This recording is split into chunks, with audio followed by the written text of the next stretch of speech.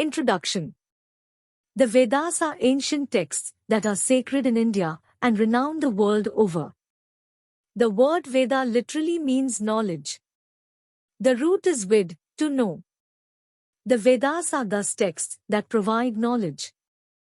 There are 4 Vedas, known as the Rig Veda, the Yajur Veda, the Sama Veda, and the Atharva Veda. Many years ago, the Vedas were referred to as Tri or 3. There must have been some point of time when there were only 3 Vedas. These are acknowledged to have been the Rig Veda, the Yajur Veda, and the Sama Veda.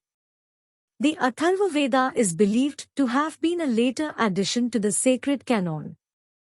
Each of the Vedas has 2 parts, a Sanhita and the Brahmanas. The Sanhita part consists of mantras or incantations. These were hymns that were used in sacrifices. But these mantras are difficult to interpret without commentaries. This is what the Brahmanas set out to do. They explain the hymns and indicate how these are to be used in sacrifices. The Brahmanas also have detailed descriptions of sacrifices and how they are to be conducted. The Sanhitas and the Brahmanas are often known as Karma Kanda, that is, the part of the Vedas that deals with rituals. In addition, Vedic literature also includes Janana Kanda. This is the part that deals with supreme knowledge. Included in Janana Kanda are the Aranyakas and the Upanishads. These are identified with various Vedas. We can therefore have a narrow definition of a Veda as well as a broad one. The narrow definition would take the word Veda to mean the Sanhita alone. The broad definition would include, in addition, associated Brahmanas, Aranyakas, and Upanishads. By the word Veda, here we mean the Sanhita alone. That is, when we are retelling the Rig Veda, we are retelling the Rig Veda Sanhita. When were the Vedas composed and who composed them? Strictly speaking, there is no answer to these questions. The Vedas were revealed, they were Shrutis. They were not written down or composed. They were communicated by the Supreme Godhead or the Divine Essence, Brahman, to the ancient seers, Rishis. These Rishis did not compose the Vedas, they merely obtained this divine knowledge through their extraordinary powers. In this sense, the Vedas are a Apaurushaya. Their authorship cannot be ascribed to any human author.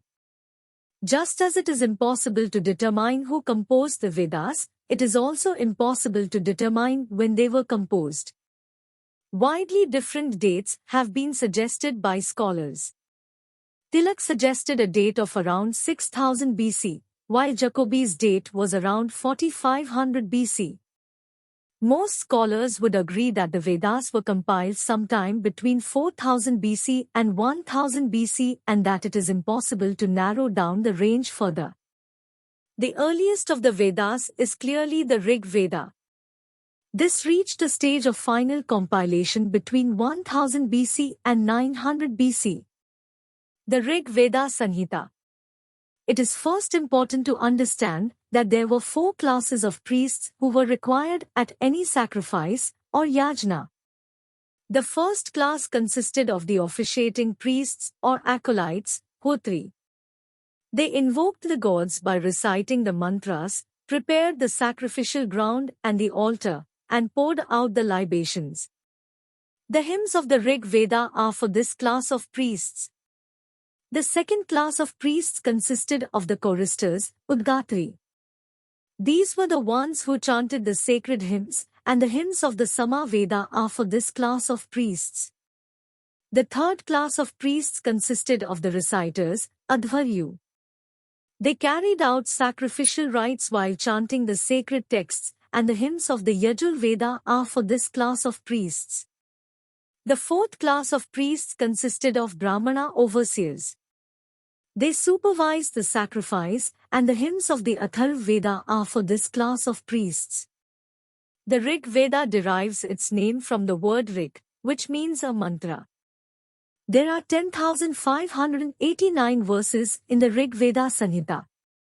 These are divided into 10 mandalas or books. Each of the mandalas is subdivided into anuvakas, lessons, and suktas, hymns.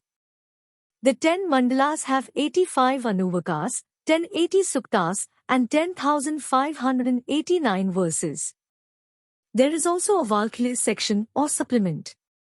This seems to have been a later addition.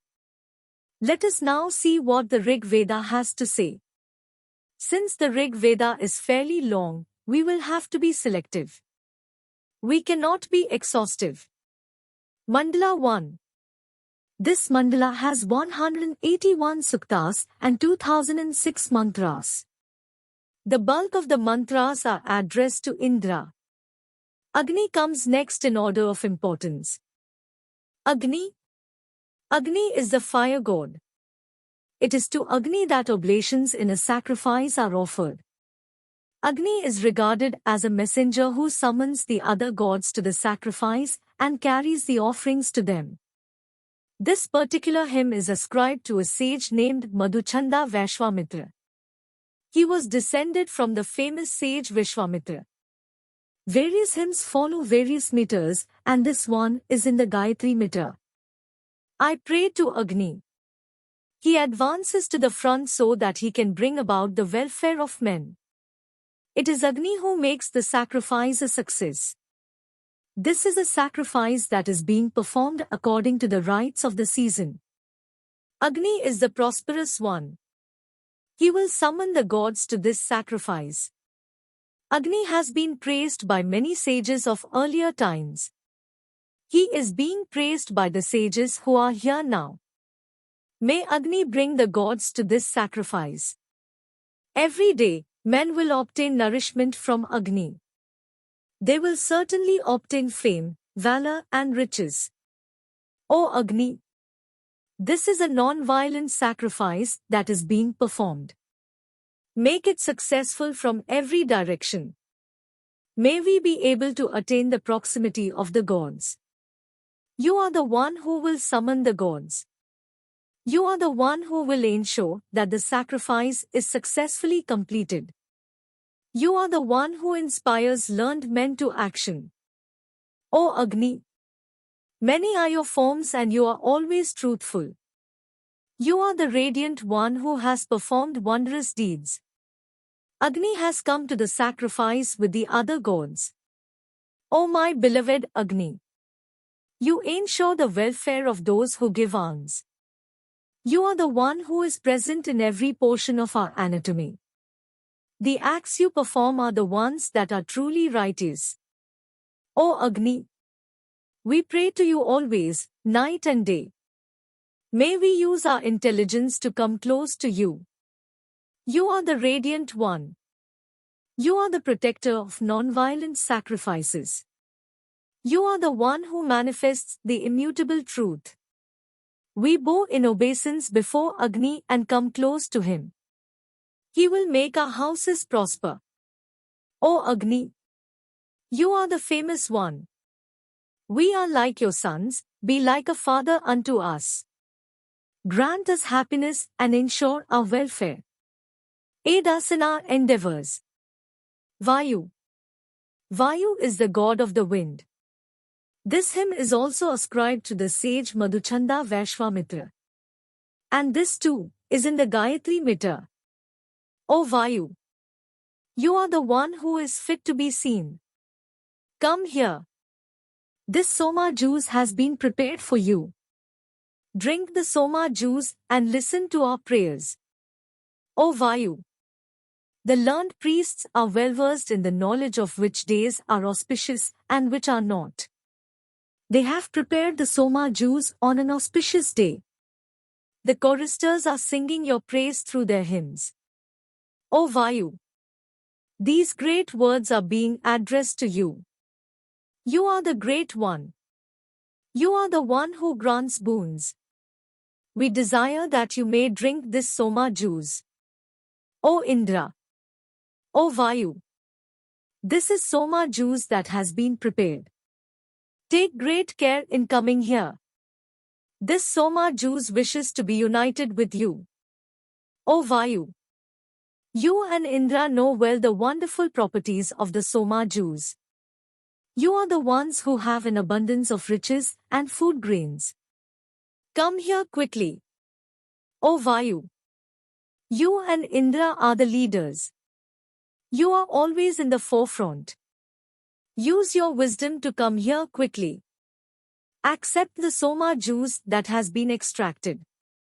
I call upon the powerful god Mitra.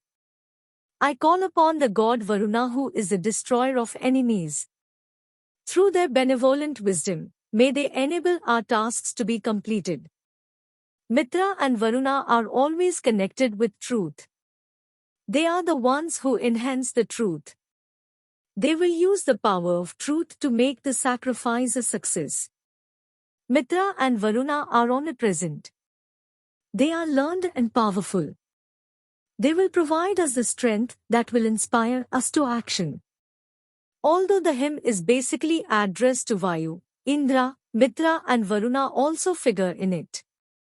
Indra is the chief god of the Vedas. He rules over the atmosphere, Antariksh, the intervening region between the earth, Prithvi, and heaven, Duloka. Indra kills the demons with his weapon Vajra. In particular, he killed the demon Vritra. Mitra is an aspect of the sun that presided over the day. Correspondingly, Varuna presided over the night. Soma juice was extracted from the Soma herb, the herbs having been collected by moonlight.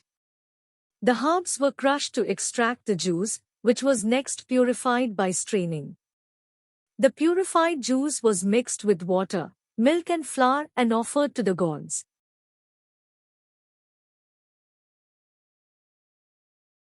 Indra. This hymn is also ascribed to Madhuchanda Vaishmitra, and the meter continues to be Gayatri.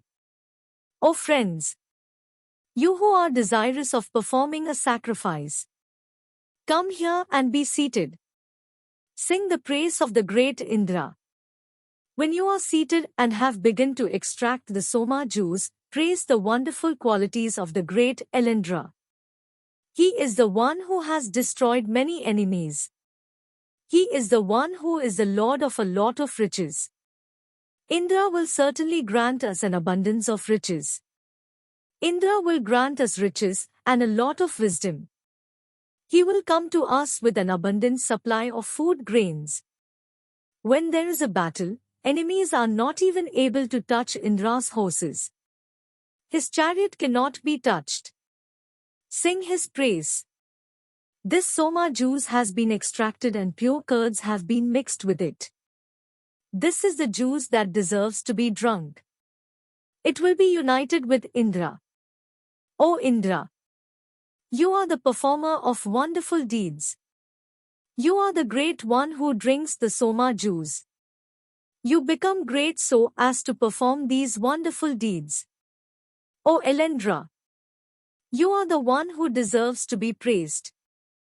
May the Soma juice, which is a source of inspiration, be united with you. May it gladden your heart. O brave one! You are the performer of several wonderful deeds. May these hymns enhance your greatness and increase your fame. May our words increase your fame. O Indra! You have the unlimited power to protect. Partake of these offerings of food grains. All forms of strength can be found in these offerings. O Indra! You are the one who deserves to be praised. May the soldiers of the enemy not be able to harm our bodies. You are the Lord of all that there is. Please keep the weapons of the enemies at a distance. The Ribhus. The Angirsa formed an important priestly family. In this line was born a sage named Sudhamvan. Sudhamvan had 3 sons named Ribhu, Vibvan and Vaja. These 3 were collectively referred to as the Ribhus. Their deeds were such that they were elevated to the status of gods. This hymn is ascribed to the sage Medhatithi, son of the sage Kamva. The meter is Gayatri. The learned recited the words of this hymn with their own mouths.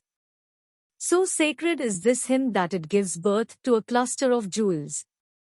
This hymn is addressed to the Rebus, the ones who had divine births. The Rebus were very skilled. They trained to horses so that the horses could follow instructions given by signs. The Rebus gave Indra these horses. The Rebus will come to every sacrifice. The Rebus constructed a beautiful and swift chariot for the Ashwinis. They made the cows yield a lot of milk. The Rebus were righteous and straightforward in conduct. They traveled in all the directions, and they made their aged parents young again. O Rebus! This Soma juice is being offered for your pleasure. Come and savor it with Indra, the Maruts and the other gods. Tvashta made only one ladle. But the Rebus, with their skills, made 4 sacrificial ladles out of that. Tvashta was the architect of the gods. It has been suggested that the Rebus were Tvashta's disciples. May the Rebus be pleased with our prayers. May they come to our sacrifice and accept the Soma juice that the priests have offered. May they grant us 21 types of riches. 21 simply signifies a large number. The energy of the Rebus rivals that of Agni. Through their deeds, the Rebus came to be accepted as gods. They are entitled to a share of the oblations made at sacrifices.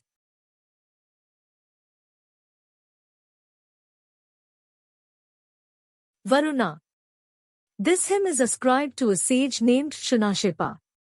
He was the son of the sage Ajigartha. The meter in which this hymn is composed is Gayatri. O Varuna! Other men commit sin. We are no different, we too commit sin.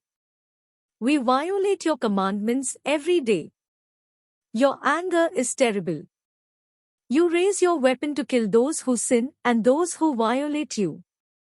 But despite the sins we have committed, spare us from your anger. O Varuna!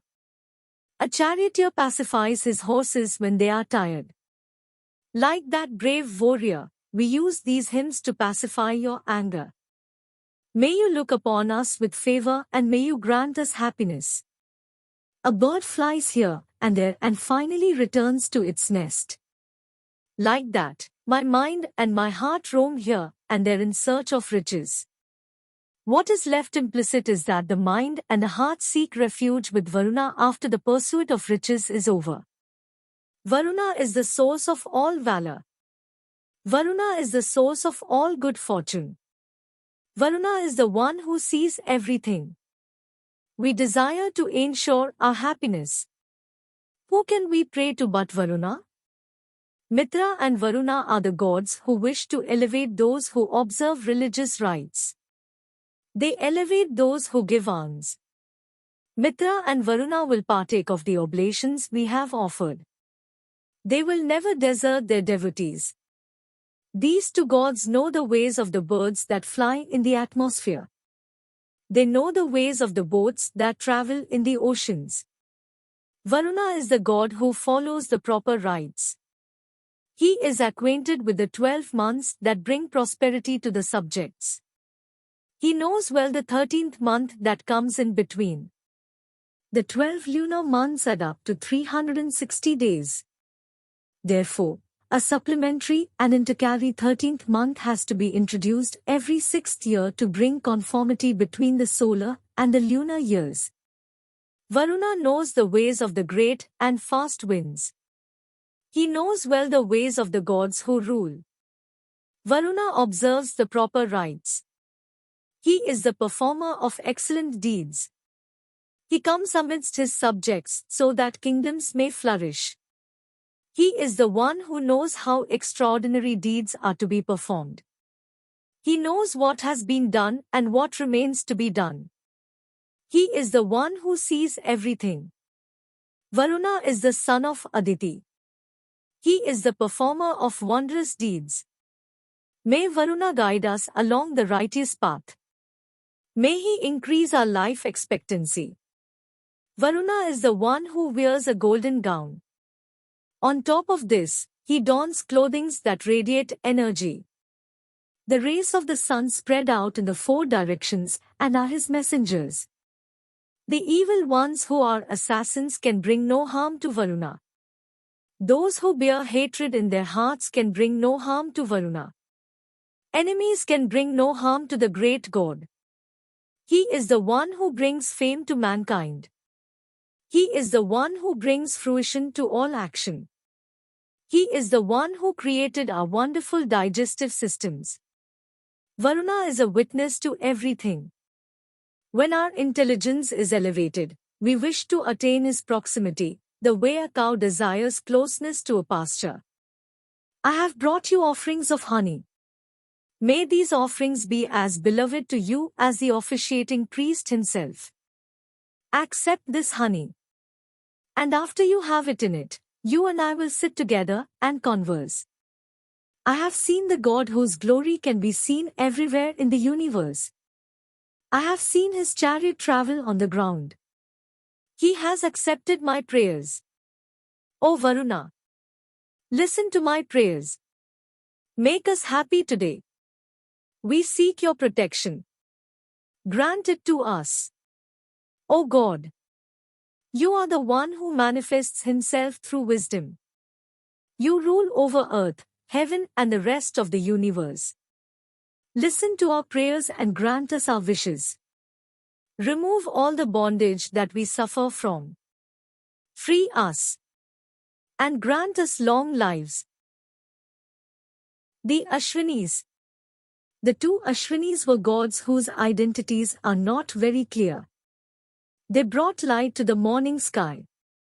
They were probably two stars, one identified with the morning and the other with the evening. They were subsequently characterized as the physicians of the gods. This hymn is ascribed to a sage named Hiranyastupa, son of the sage Angirsa. The meter is partly Jagti and partly Trishtupa. O learned Ashwinis! We are performing 3 sacrifices today. Come and be with us on the occasion. The two of you travel on a chariot that is huge and greatness characterizes your generous hearts. You are as intimately connected with us as clothing is connected to the coldness of winter. Those who are learned can easily attain proximity to you. The chariot of the Ashwinis bears honey and 3 wheels are attached to the chariot. This is a reference to the 3 daily sacrifices that are held. Everyone knows that the two of you desire to partake of the Soma juice. 3 are the pillars that hold up your chariot. And you travel thrice during the day and thrice during the night. O Ashwinis! You are the ones who forgive all sins. Today we will perform 3 sacrifices. Come here and make our sacrifices overflow with honey. Morning and evening, grant us 3 offerings of food grains. O Ashwinis! Come to our household thrice. Come thrice to your devotees. Come thrice to those who deserve to be protected. Come thrice and increase our learning. The two of you will bring us wonderful objects 3 times. You will thrice nourish us by bringing food grains and other objects. O Ashwinis! You will come to the sacrifice thrice. You will bring us riches thrice. 3 are the occasion on which you will protect and preserve our sacrifices. You will thrice bring us riches and food grains. Your chariot has 3 wheels. And the daughter of the sun sits in your chariot. The Ashwinis were married to the sun's daughter. O Ashwinis! You are the ones who ensure the performance of righteous deeds. Grant us thrice medicines from heaven. Grant us thrice herbs from the earth. Grant us thrice herbs from the water. Grant protection and happiness to our sons. Grant them a proper balance of the 3 constituents. The 3 constituents, dhatu, of the human body are vata, wind, pitta, bai, and kapha, phlegm. When these are in perfect balance, a person is well. O Ashwinis! You are the ones who deserve to be worshipped.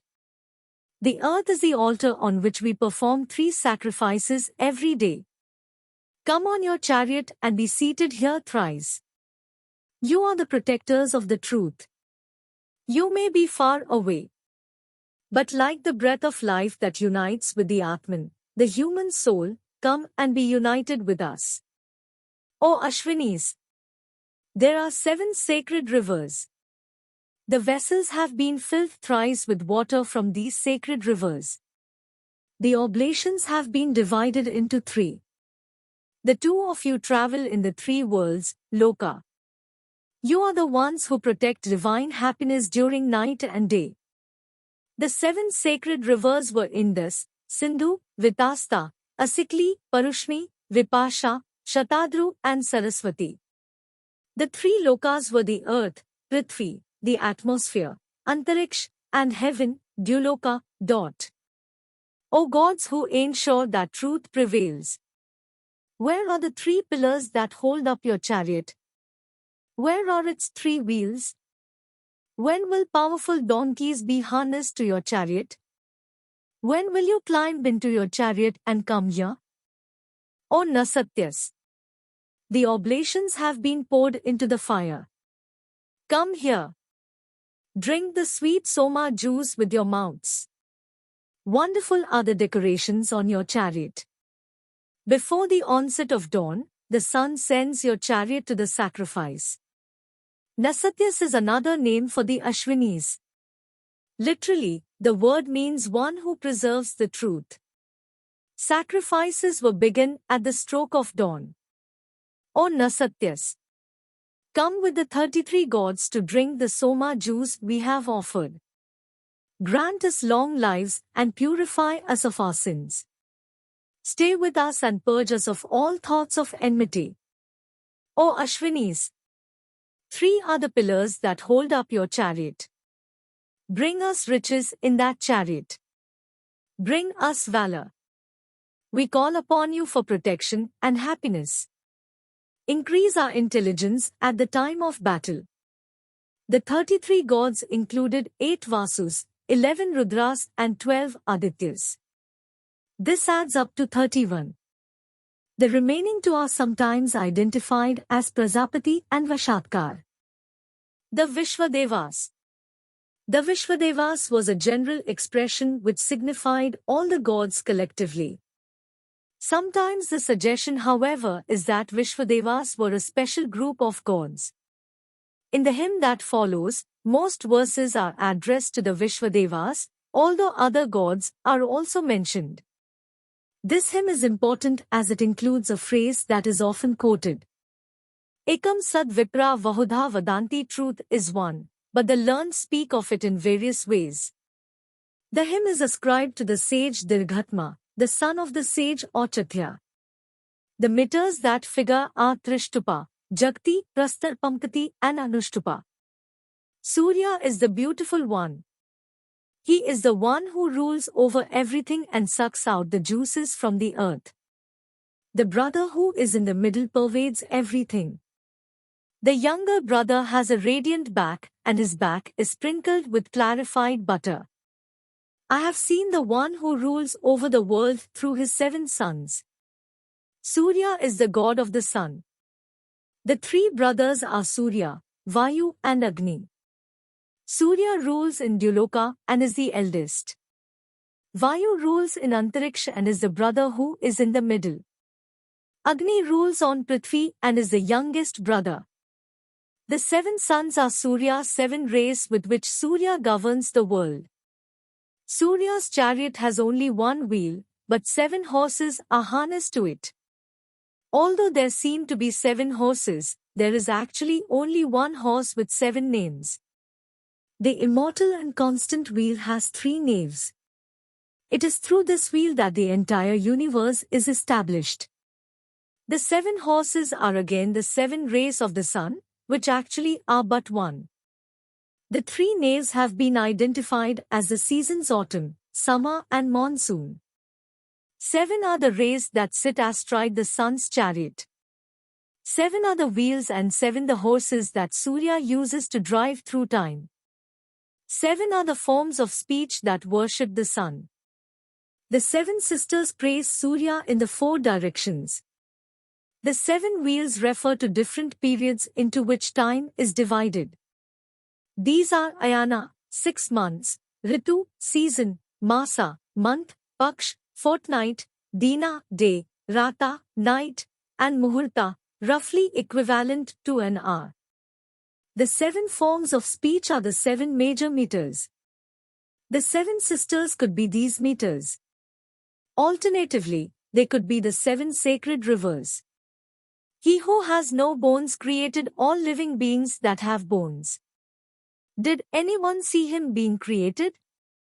Where then were to be found the life, the blood and the soul of the earth?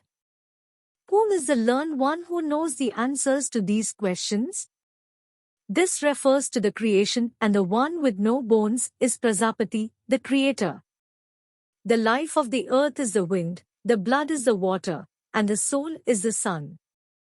The sense is that these were not present prior to creation. I am the one whose learning is incomplete. Yet, with all due humility, I wish to know how the gods were created. The learned ones used 7 different types of thread to create the universe that can be seen and lived in. The learned ones are the gods. They created the universe with 7 threads: mind, life, earth, water, energy, wind, and the sky. He who created the 6 regions of the universe is Prajapati. He himself was not born. Who can comprehend the nature of Prajapati? I am the ignorant one, but I wish to learn of this knowledge. I will resort to the learned for wisdom. 3 lokas or regions have already been mentioned. There is a reference here to 3 additional regions that are above these. Surya is handsome and always mobile. Who knows of the origin of the sun? Let that learned one come here and reveal to me the knowledge. The supreme rays of the sun suck up the water from the earth. The water is borne by the sun and is then rained down on earth. The earth is the mother and heaven is the father. They had united to bring about the cosmic act of creation. The earth bore the food grains in her womb. May those who desire food grains worship the earth. It is the sun's powers of preservation that bear up the earth. The calf saw the many forms of the cow in the 3 worlds and began to call. It was then that the seed was implanted in the womb of the earth. The cow symbolizes the rays of the sun that create clouds and rain, and the clouds are the calf. The calling of the calf indicated thunder, and then it began to rain. It is this rain that leads to the seed of food grains being implanted in the womb of the earth. Prajapati alone bears aloft the 3 mothers and the 3 fathers. He bears them, but is above them all. He is untouched by misery. He knows the universe and rules over it, but himself remains unattached. The gods who populate heaven debate about the nature of Prajapati. The 3 mothers are heaven, the atmosphere, and the earth. The 3 fathers are Surya, Vayu, and Agni. 12 are the spokes, the 12 months, on the sun's wheel. Surya's wheel traverses heaven in the 4 directions. It never wears thin.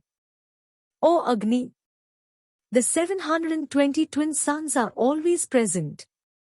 The 720 twin suns are the 360 days and 360 nights in any year. The Father has 5 feet and 12 forms. Some say that he traverses the further half of heaven. Others say that the chariot has 7 wheels and 6 spokes. This is difficult to interpret. The Father is Surya. He traverses the further half of heaven, that is, the sky as opposed to the earth. The 12 forms are the 12 months and the 5 feet are the 5 seasons: spring, monsoon, summer, autumn and winter. There are 6 spokes when autumn is further subdivided into early autumn and late autumn. The 7 wheels are the 7 rays of the sun. All the worlds are gathered together in the movement of the wheel with the 5 spokes, the 5 seasons. No matter what the weight may be, the axle of the wheel never gets heated. It travels perpetually through time, but never breaks. The wheel with the axle is like the universe and moves all the time. It never breaks. When nature was created, the chariot began to be drawn by 10 horses. The sun's radiance is shrouded in water, and it is the sun who rules over all the worlds. The 10 horses are intelligence, mind, heart, ego, the earth, water, fire, wind, sky, and the soul. The 7 elements were created at the same time. They have the same origin, that is, Prajapati. 6 of these are connected to one another, like twins. They are like the sages who were created by the gods. In 6 of them, independent sacrifices are held, depending on the occasion. Although the 7 elements function independently, they were created at the same time and have the same origin. This is difficult to interpret. The 6 who are connected to one another seem to be the 6 seasons, of 2 months each. The 7th element is the 13th intercalary month.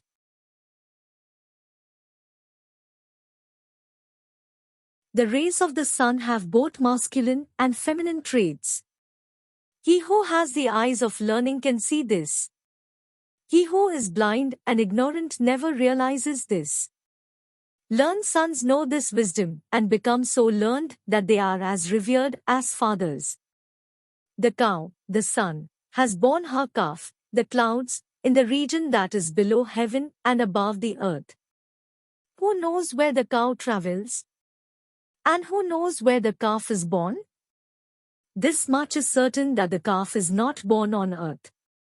The earth is below heaven and Agni is the ruler of the earth. Heaven is above the earth and Surya is the ruler of heaven. Who knows where divine minds originate? He who knows the answer to this question is learned. Let him come here and tell us the answer. The universe is in constant movement. That which is near today is far tomorrow. That which is far today is near tomorrow. O Soma, you and Indra have created the paths that you traverse. Along these paths, your steeds draw your chariots. Thus it is that all the worlds are pulled. Soma is a personification of the Soma herb, but is also identified with the moon god. In this context, the sun is being referred to as Indra. That is, the sun and the moon traverse paths across the sky. The 2 birds have beautiful wings. They sit on the same tree and are friends. One of the birds eats the sweet fruit that grows on the tree.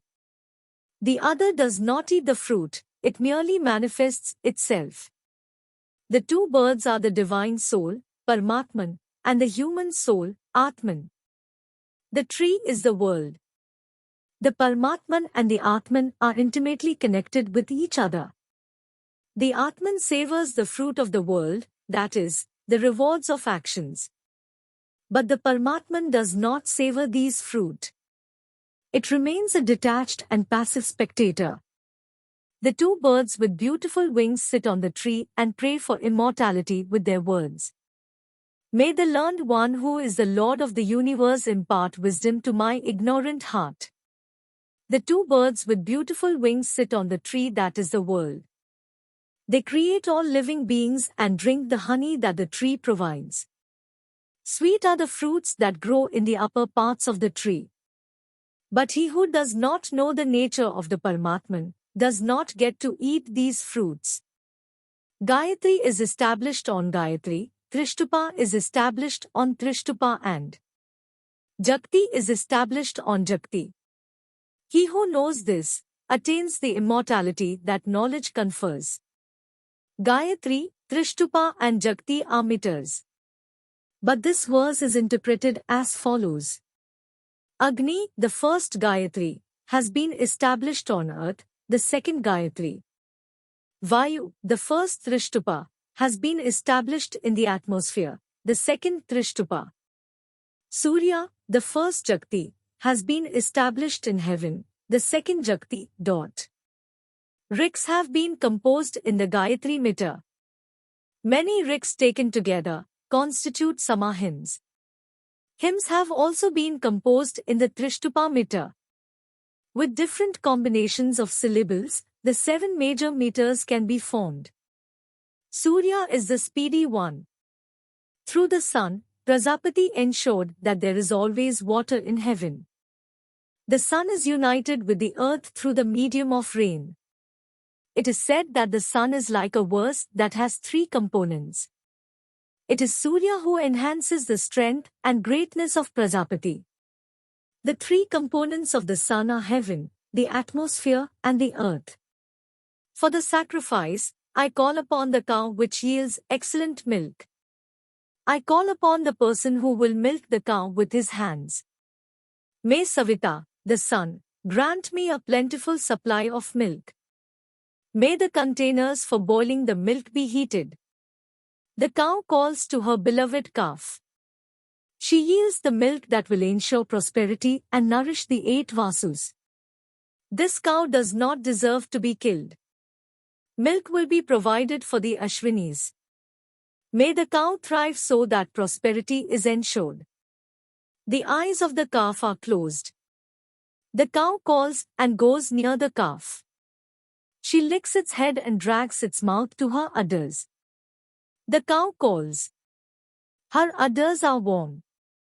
She will satiate the calf with her milk. The clouds have covered the sun's rays form the 4 directions.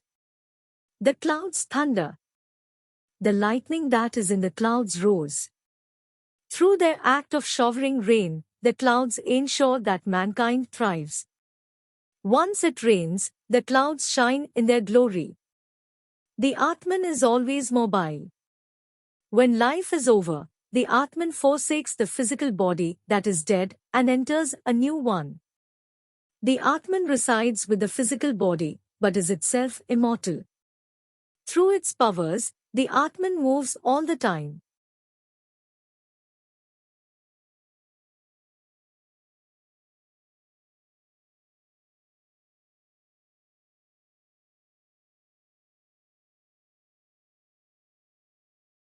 I have seen the sun which never falls down. I have seen the sun which travels far and near. I have seen the sun who is the protector. The sun is the one whose energy blazes forth in the 4 directions. The sun manifests himself in the world. So vast is the universe that he who has created it does not know its full expanse. When the Atman tries to visualize the universe seems to disappear. The Atman is born in the mother's womb. It has many offspring. And although the Atman is itself immortal, the physical body must eventually die. Heaven has created me and heaven is my preserver. Heaven is like my brother and is the fulcrum of my being. This vast earth is my mother. Heaven and earth are like 2 vessels that face each other. The sun is between the 2. It is the sun who implants the seed of food grains in the womb of the earth. I ask you about the end of this earth. I ask you about the center of this universe. I ask you about the origin of horses. I ask you about the origin of speech.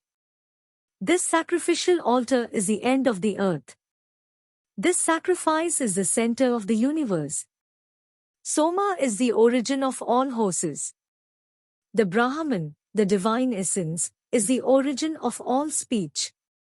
The sacrificial altar is the end of the earth as it is the place that is closest to heaven.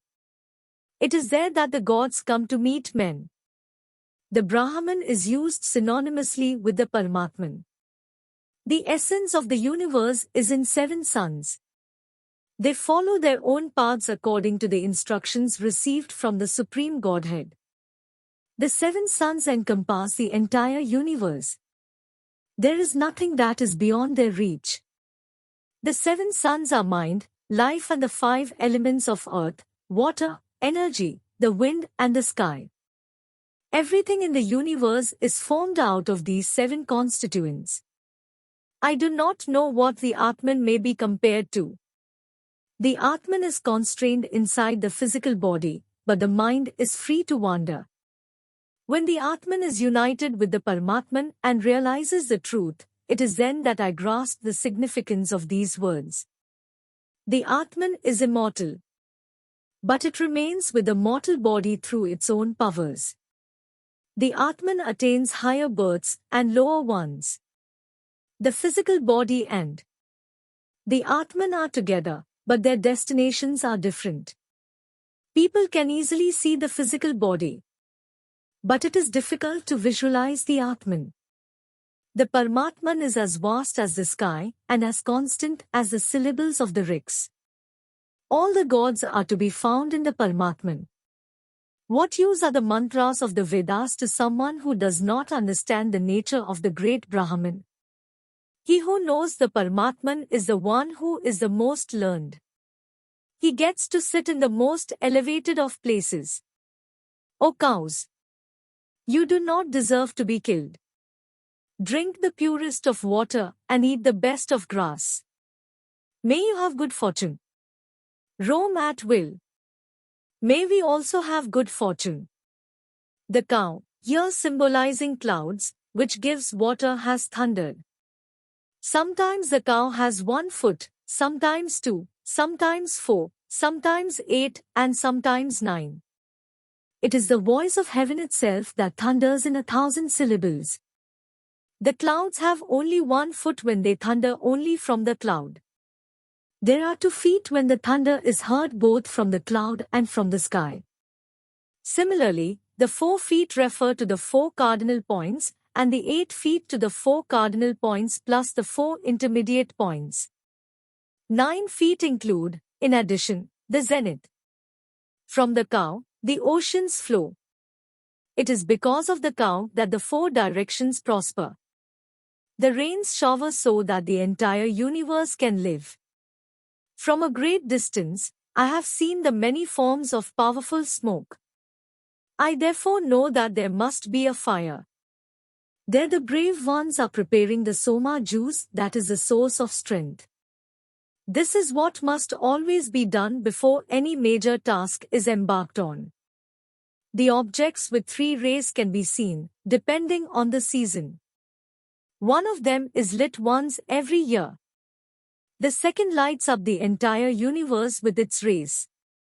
The movement of the third can be seen, but its form itself remains invisible. The objects with 3 rays are Agni, Surya and Vayu. The flames of the fire were lit at the beginning of the year, and the fire was not put out throughout the year. Surya's rays light up the universe. Vayu is the one who remains invisible, although the movement of the wind can be seen. Speech has been measured out in 4 divisions. Learned Brahmanas are aware of this division. 3 of these divisions remain secret and do not appear. It is the 4th division that mankind are familiar with. This is obscure, but the meaning seems to be as follows. The first division of speech is its origin. The second division of speech is when it reaches the heart. The third division of speech is when it reaches the brain. These 3 divisions cannot be seen. The 4th and final division of speech is when it reaches the mouth. This is the one that can be seen, or felt. Truth is one, the Paramatman. Learned people refer to it by various names. Some call it Indra, others Mitra, others Varuna and still others Agni. It is referred to as Yam or as Matarishwan. It is also known as the golden-winged Garutman, a celestial bird. The rays of the sun carry water up into the sky. The water next descends from the atmosphere in the form of rain. It is this water that makes the earth wet. There is a wheel which has 12 bounds around it. The wheel has 3 naves and 360 spokes. Only the learned ones know of this. The bounds are the 12 months. The naves are the 3 seasons of summer, autumn and monsoon. The spokes are the 360 days.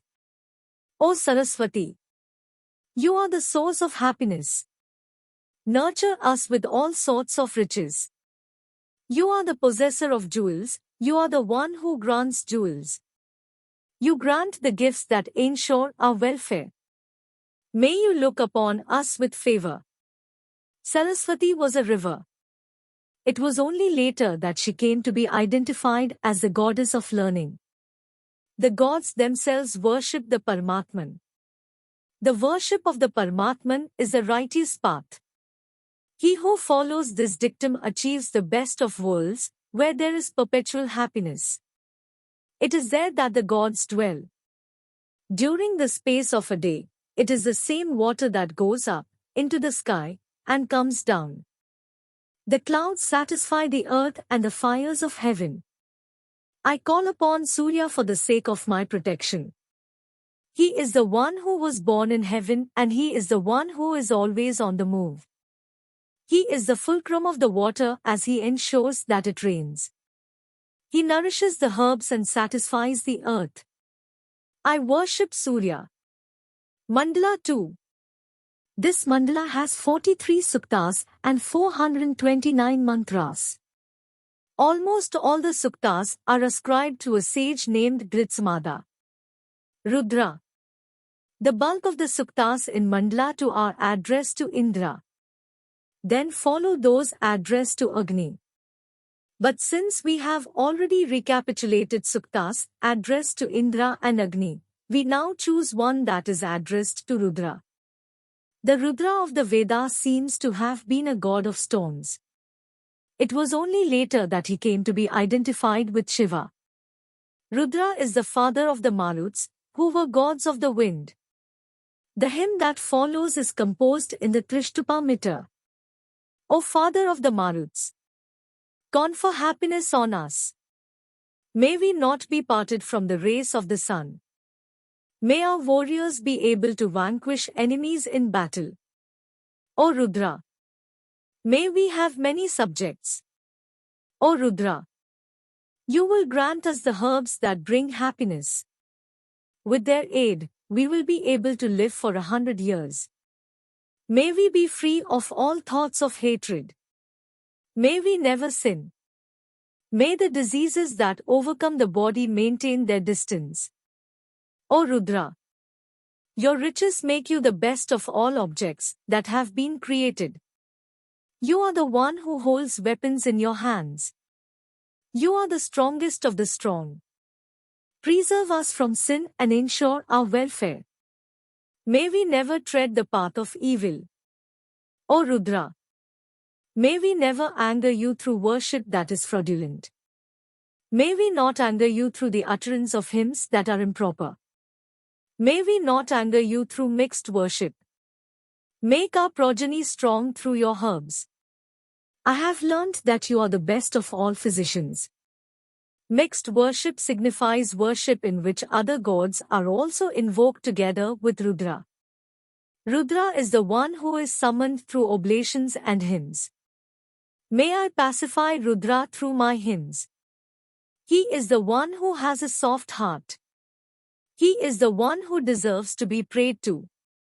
He is the nourisher and preserver. He is the one who grants us the best of protection. May we not fall prey to envy and anger Rudra. Rudra is the strong one. He is the one who is associated with the Maruts. We seek Rudra's favor. May he satisfy us through food grains that provide energy. Those who suffer from the sun seek the refuge of the shade. Like that, we are plagued by sin and seek refuge with Rudra. May we be happy. May we be able to serve Rudra. O Rudra, your hands banish disease. Your hands grant happiness. Where are those hands? Lay them on us. Forgive us our sins and remove any impediments that the gods may cast in our paths. You are the one who nourishes everything. You permeate all objects that are full of strength and energy.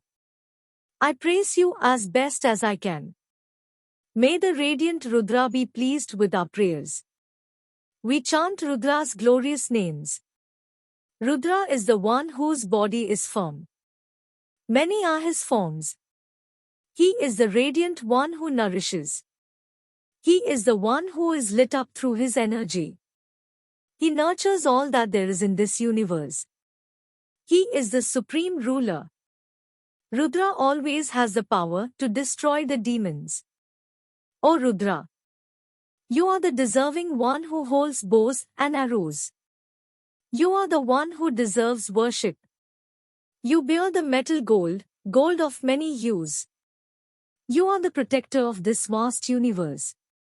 O Rudra, there is no one to rival your energy. O man, Rudra is the famous one. He is the one who rides in a chariot. He is as terrible as a young lion. He is the brave one who destroys enemies. Pray to him.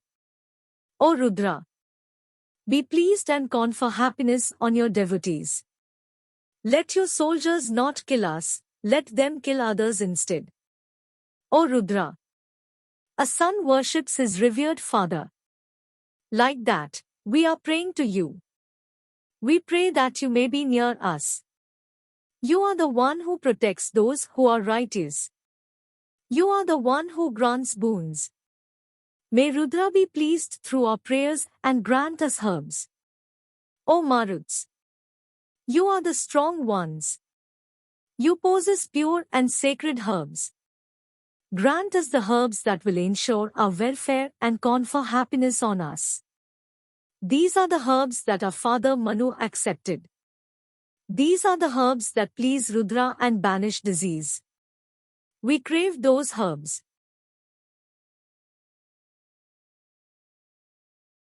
Manu was the father of the human race, although there were several Manus. One of these Manus built a boat when there was a universal flood, and preserved himself in it. The Mahabharata states that Manu took some seeds with him into the boat. May we not suffer from Rudra's terrible weapons. May his anger plague others. O Rudra, grant us happiness. May you not use your bow when you deal with us. Make our sons and grandsons happy. You are the nourisher and the preserver of the universe. You are the strong and radiant one. You are the one who is omniscient.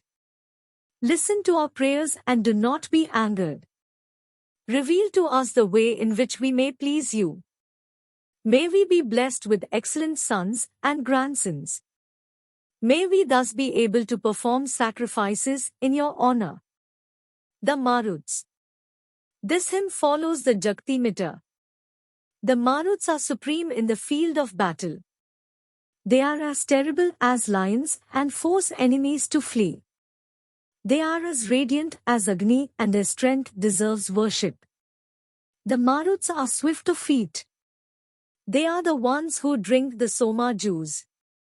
May the powers of the brave Maruts free us from the prisons of our enemies. As stars adorn the sky, bangles adorn the hands of the brave Maruts. The Maruts are the brave ones who shower strength. They are like lightning in the clouds. O radiant Maruts, you wear golden necklaces on your chests. O brave ones, the great Rudra gave you birth and the earth was your mother. The Maruts make their steeds as strong as race horses. They are the ones who thunder as they swiftly charge into battle. O brave Maruts, you are the source of inspiration. You are adorned with golden helmets. You are the ones who vanquish your enemies.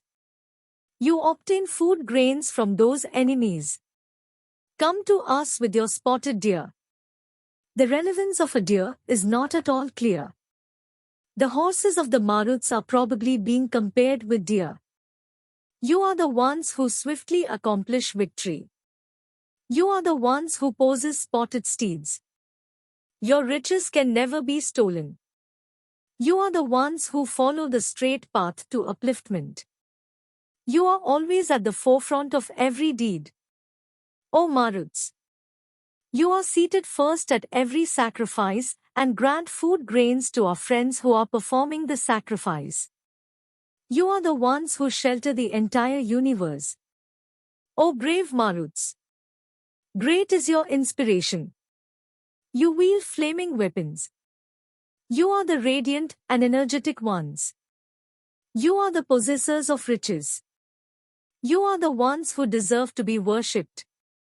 You are the owners of cows. Come along the immortal paths to the sacrifice at which Soma juice is being offered. Come here the way a swan returns to its nest.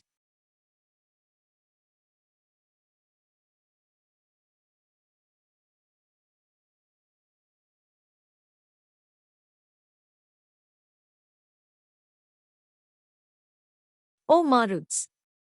You are the source of inspiration. You are the bravest of the brave. Our sacrifice is blessed with learning and Soma juice is being offered on the occasion. Come and bless our cows with an abundant supply of milk. Perform the acts that will ensure to your devotees unlimited food grains and beauty. O brave Maruts! Grant us courageous sons who may ride on our chariots. May we be blessed with learned sons. May your devotees be blessed with the food grains that they desire. Please grant riches and intelligence to the warriors who are brave in battle. May their powers of endurance be increased. The Maruts are generous in their gifts.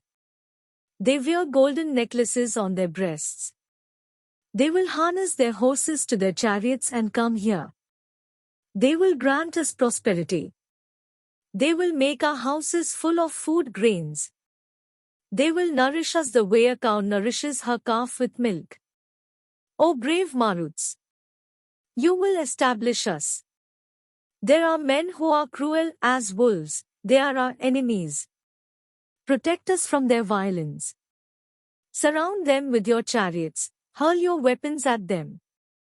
You are the ones who will make our enemies weep. Our enemies are greedy. They deserve to be killed. Slay them.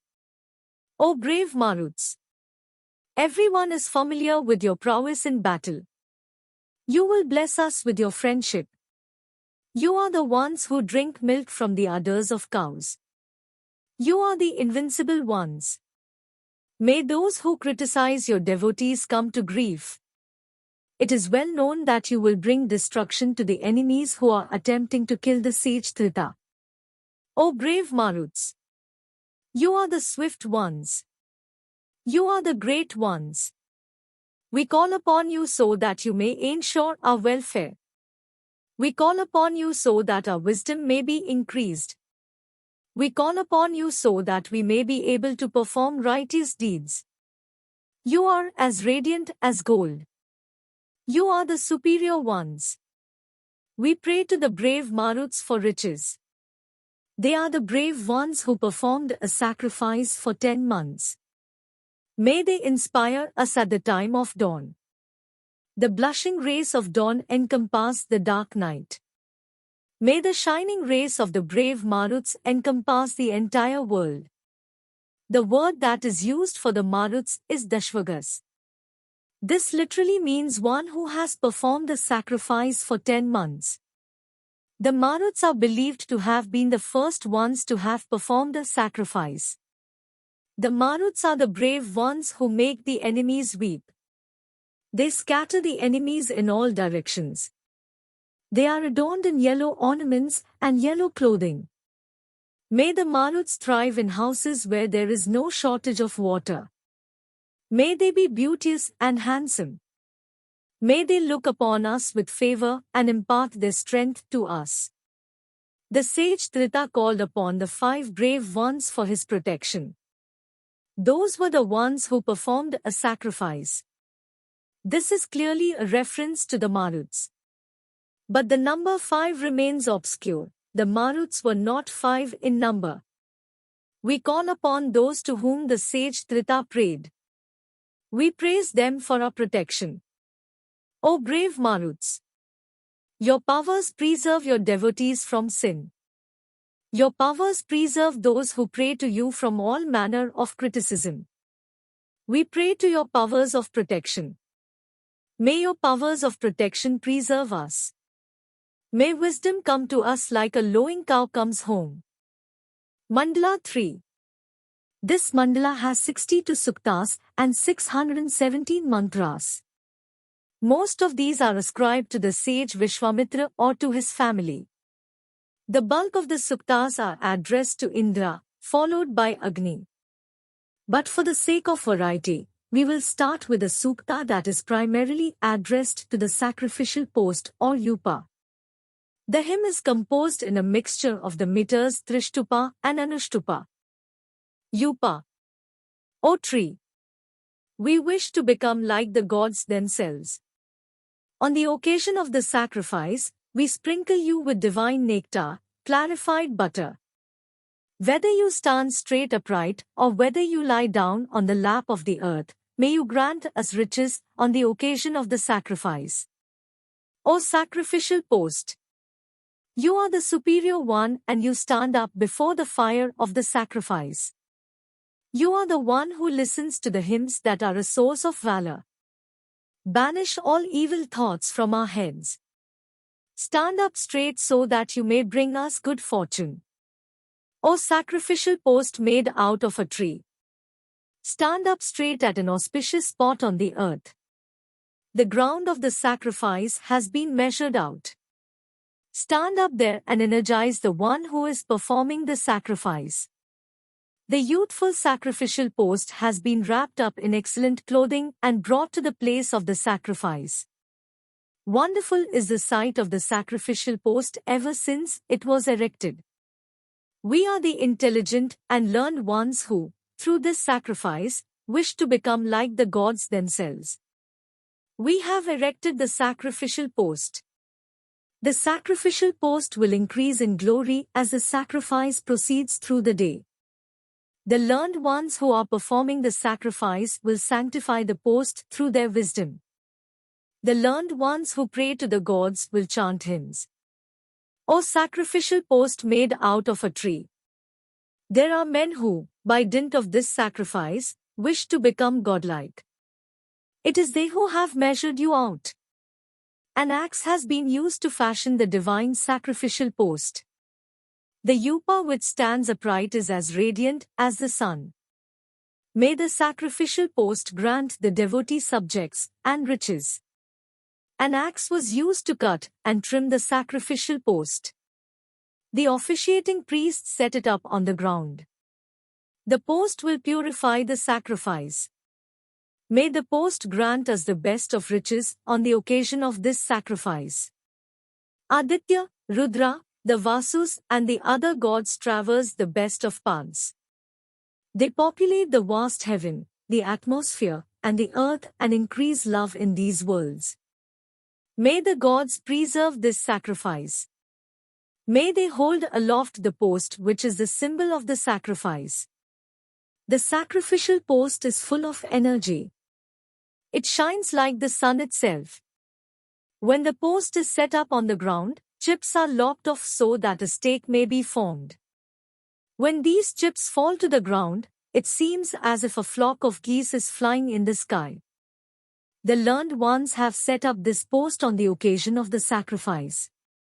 It rises up into the atmosphere, the place where the gods roam. The sacrificial post shines like the sun. Its sides have been lined with rings of iron before the pillar was set up in the ground. The yupa gleams like the horns of animals. May the sacrificial post listen to the hymns that are being chanted at the time of the sacrifice.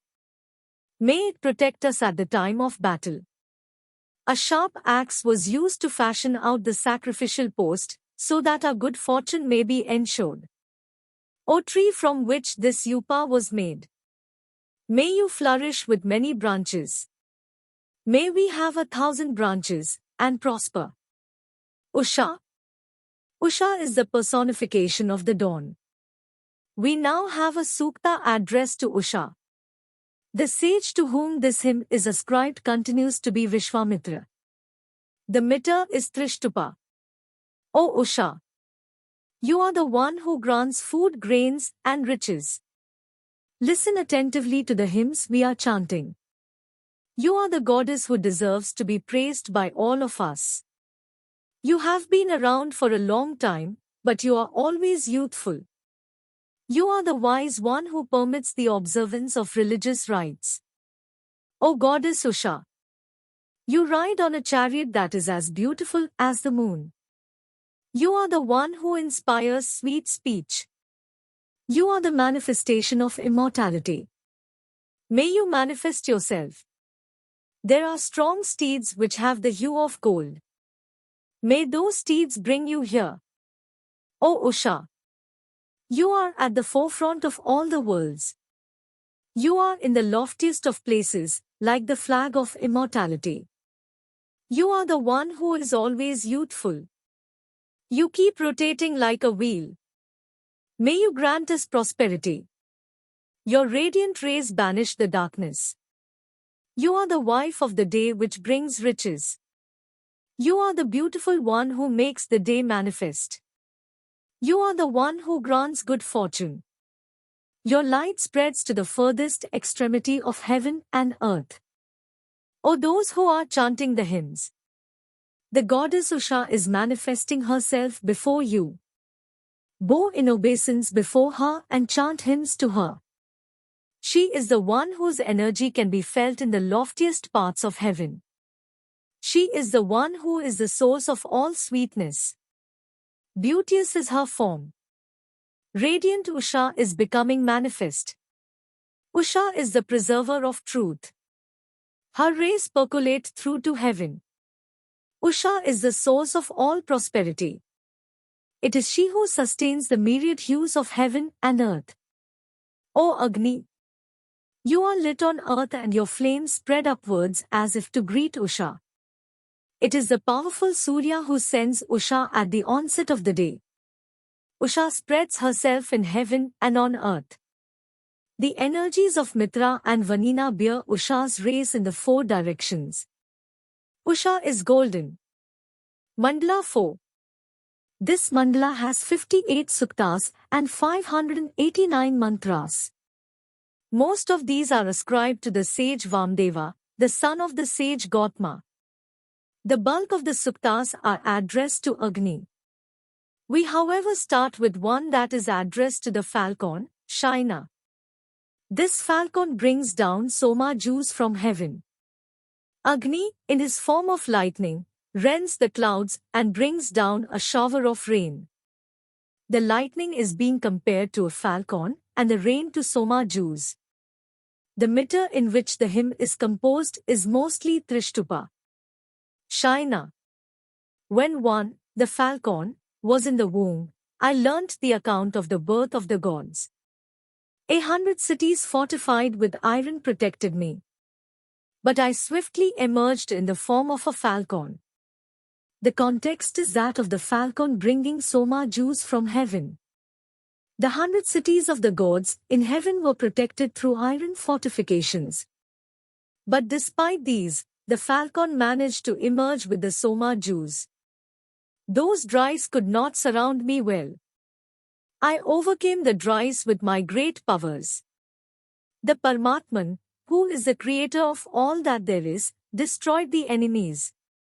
The Paramatman killed the enemies who were as swift as the wind. The falcon thundered in heaven when it grasped the Soma. The learned ones who were the protectors of the Soma tried to take it away from the falcon. The swift archer Krishanu strung his bow and let fly an arrow at the falcon. Krishanu was one of the guards who protected the Soma. The falcon flew in a straight path. It brought the Soma from heaven, despite the fact that Indra himself protects heaven. The falcon rescued the Soma the way the Ashwinis rescued Bhuju. In the fight that ensued, one of the wings of the falcon was cut off with a weapon. Bhuju was a sage who was rescued by the Ashwinis from drowning. The fight and the weapon refer to Krishanu's shooting an arrow at the falcon. Krishanu has been interpreted as the demon of drought. He prevents mankind from enjoying the fruits of rainfall. The wing of the falcon fell off and became the panna or palasha tree. It was after all this that the powerful soma juice was kept in pots. The energetic Advaryu priests mixed the soma juice with the milk of cows. The excellent juice was sweet and brought satiation. It was like food and brought bliss to the prosperous Indra. The brave Indra drank soma juice for his happiness. May Indra accept the soma juice. Dadikra. This sukta is addressed to Dadikra. Dadikra was a mythical being, a bit like a celestial horse. The name is derived from dadi, curds, and kari, to scatter. Dadikra has been identified as a personification of the morning sun. The rising sun seems to spread dew and frost, and these are likened to curds. This sukta also is ascribed to Vamdeva, and the meter is Trishtupa. O heaven and earth! The generous Tasdasyu gave mankind many riches. All of these riches belong to the two of you. You have granted us horses that conquer the land. You have granted us sons who will make the land fertile. You have granted us sharp weapons so that we may triumph over the evil ones. Heaven and earth were regarded as the parents of Dadikra. Tasdasyu was a victorious king. He was favored by the gods, particularly the Ashwinis. Heaven and earth bore the strong Dadikra. He is the destroyer of many enemies. He is the one who brings welfare to all of mankind. The energetic Dadikra traverses a straight path like the falcon bird. The best of men have praised him. He is as swift and brave as a great king. The god Dadikra is as fast as water flowing downhill. He is the brave one who desires to triumph in all battles. He is the one who advances on his feet and is as fleet-footed as Vayu. Dadikra is the one who inspires our chariots. It is him that all men seek to please. He is the god who prevents riches from falling into the hands of the enemy at the time of battle. He is the one who travels everywhere and in all the directions with his riches. Dadikra is the one who uses his weapons and becomes famous in battle. He is the god who will vanquish the enemies of the best of men. Men shout when they see a thief running off with articles of clothing. Like that, the soldiers of the enemy shout when they see Dadikra's prowess in battle. Great are his riches and great his animals. Other birds flee when they see a hungry vulture descending. Like that, enemies flee when they catch sight of Dadikra. Dadikra advances in the front. The wheels of his chariot plow through the ranks of the enemy. The handsome Dadikra adorns his body with garlands, like women do. He bites at the bridle and his hooves raise a cloud of dust. Remember that the image is that of a horse.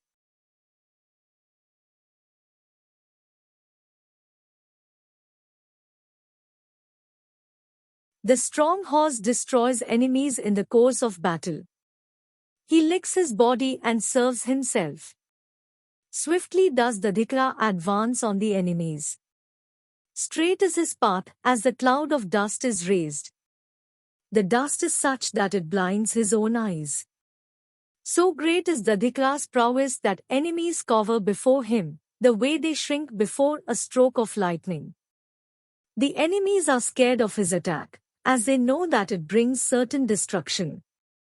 In the four directions, Dadikra fights with thousands of enemies. And no one can stand up to the terrible one. He is the swift one who fulfills the desires of all men. Men pray to his speed and valor. Warriors who advance into battle say that Dadikra tore through the ranks of 1,000 enemies.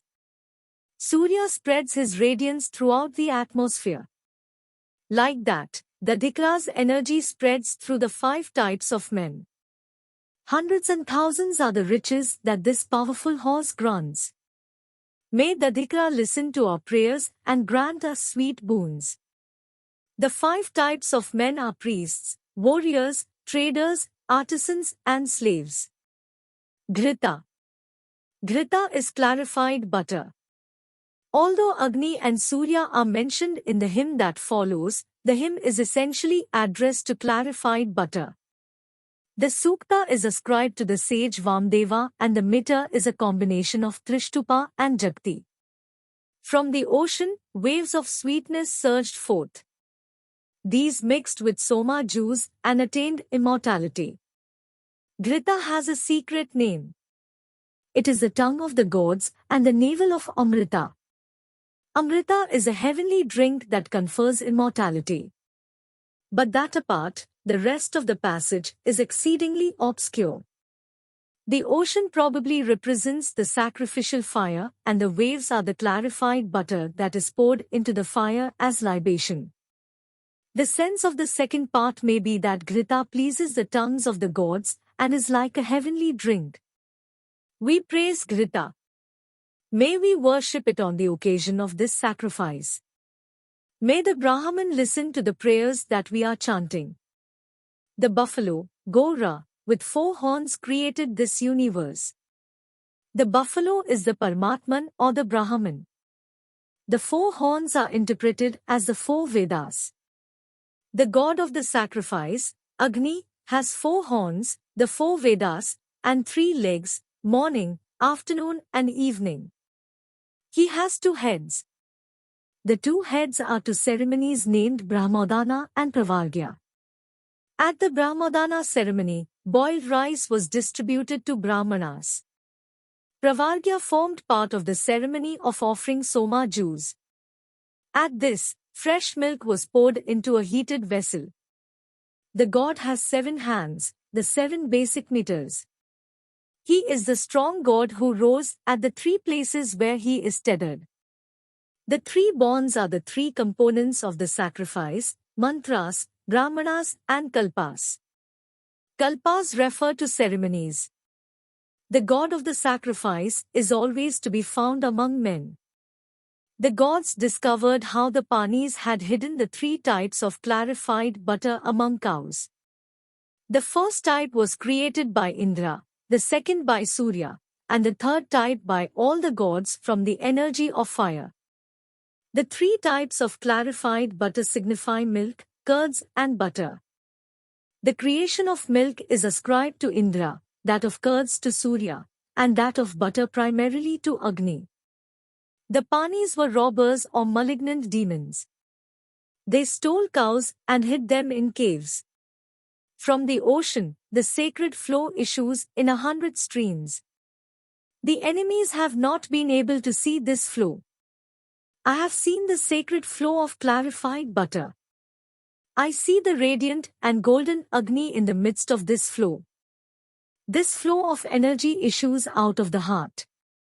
It is purified by the mind and flows like a river that is the source of happiness. The flow of clarified butter is as swift as a deer fleeing from a hunter. The juice flows as swiftly as the water of a river coursing downhill. It is as strong as Vayu. The waves surge and the juice dashes like a strong horse. Great streams of clarified butter flow. Wives who are good at heart happily unite with their husbands. Like that, the flows of clarified butter unite with Agni.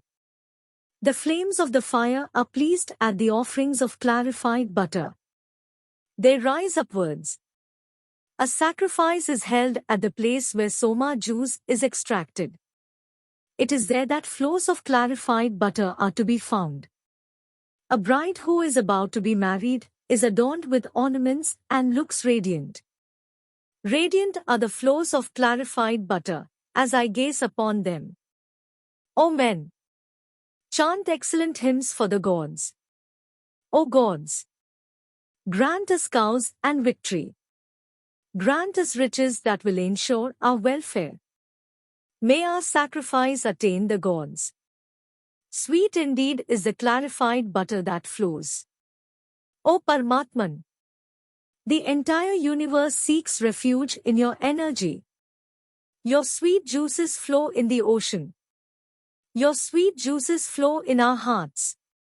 They are to be found in food grains and in water. They are to be found in the midst of battles. May your sweet juices fulfill us. Mandala 5. This mandala has 87 suktas and 727 mantras.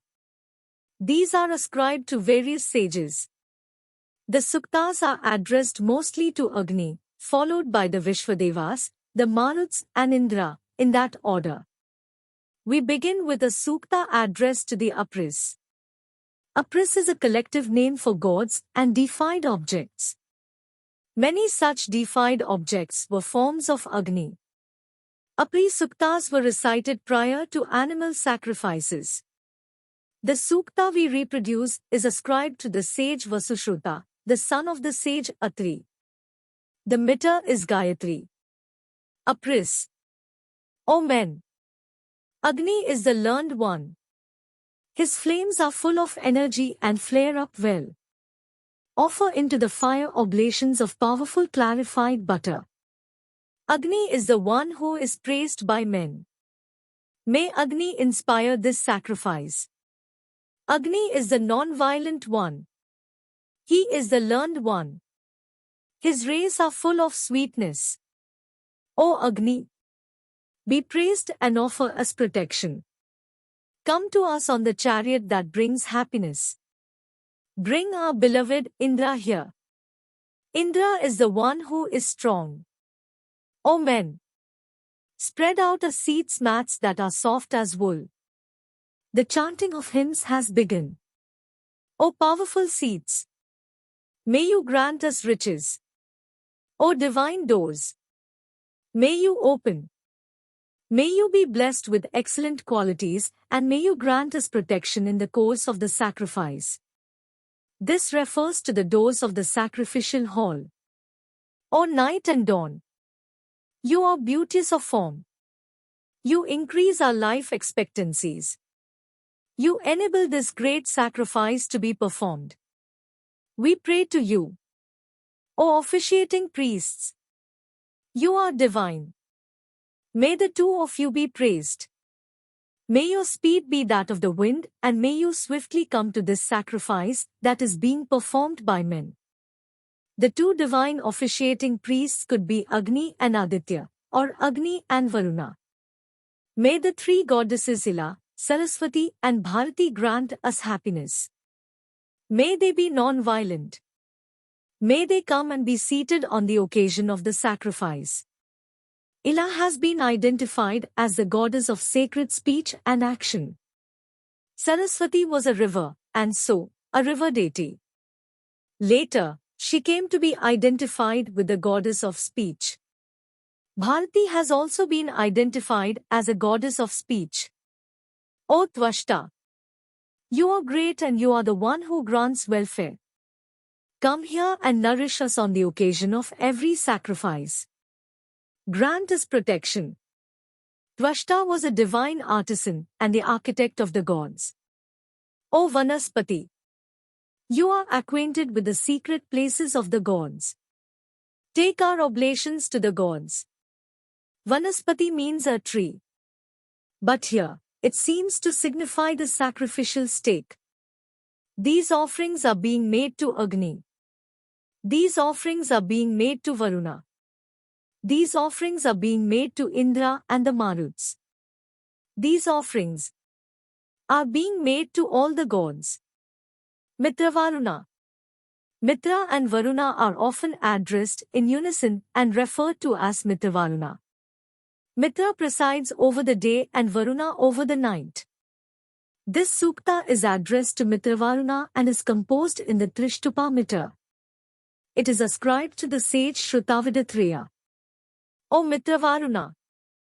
The two of you have places that are always constant. That is the place where the sun's horses, the rays, are unharnessed and the true nature of the sun is shrouded in water. This seems to visualize an ocean in heaven. And the sun traverses this ocean. 1,000 horses dwell together. I have seen the beauty of those handsome gods. O Mitra Varuna, wonderful is your greatness. One of you is always mobile and instills juices in trees and herbs. The second one nourishes the celestial cow with energy. One of you possesses a wheel that always moves. Both Mitra and Varuna were probably manifestations of Surya. But in this passage, Mitra seems to be identified with the sun and Varuna with water. The sun is the one who is always mobile and whose wheel moves constantly.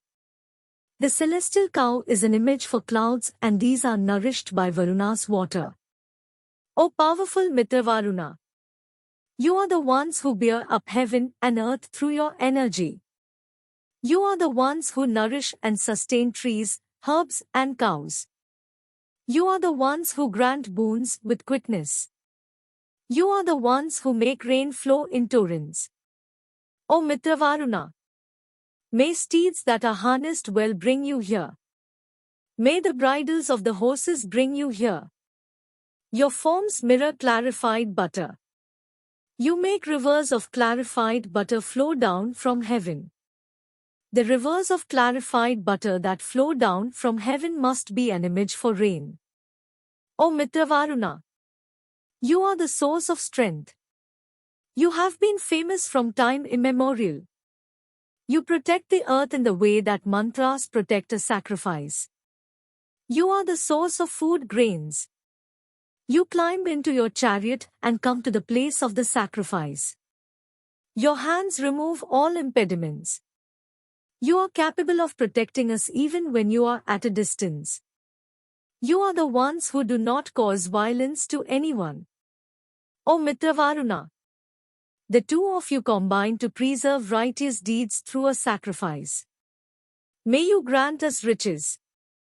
May you grant us houses with 1,000 pillars. Beautiful is the chariot of these gods.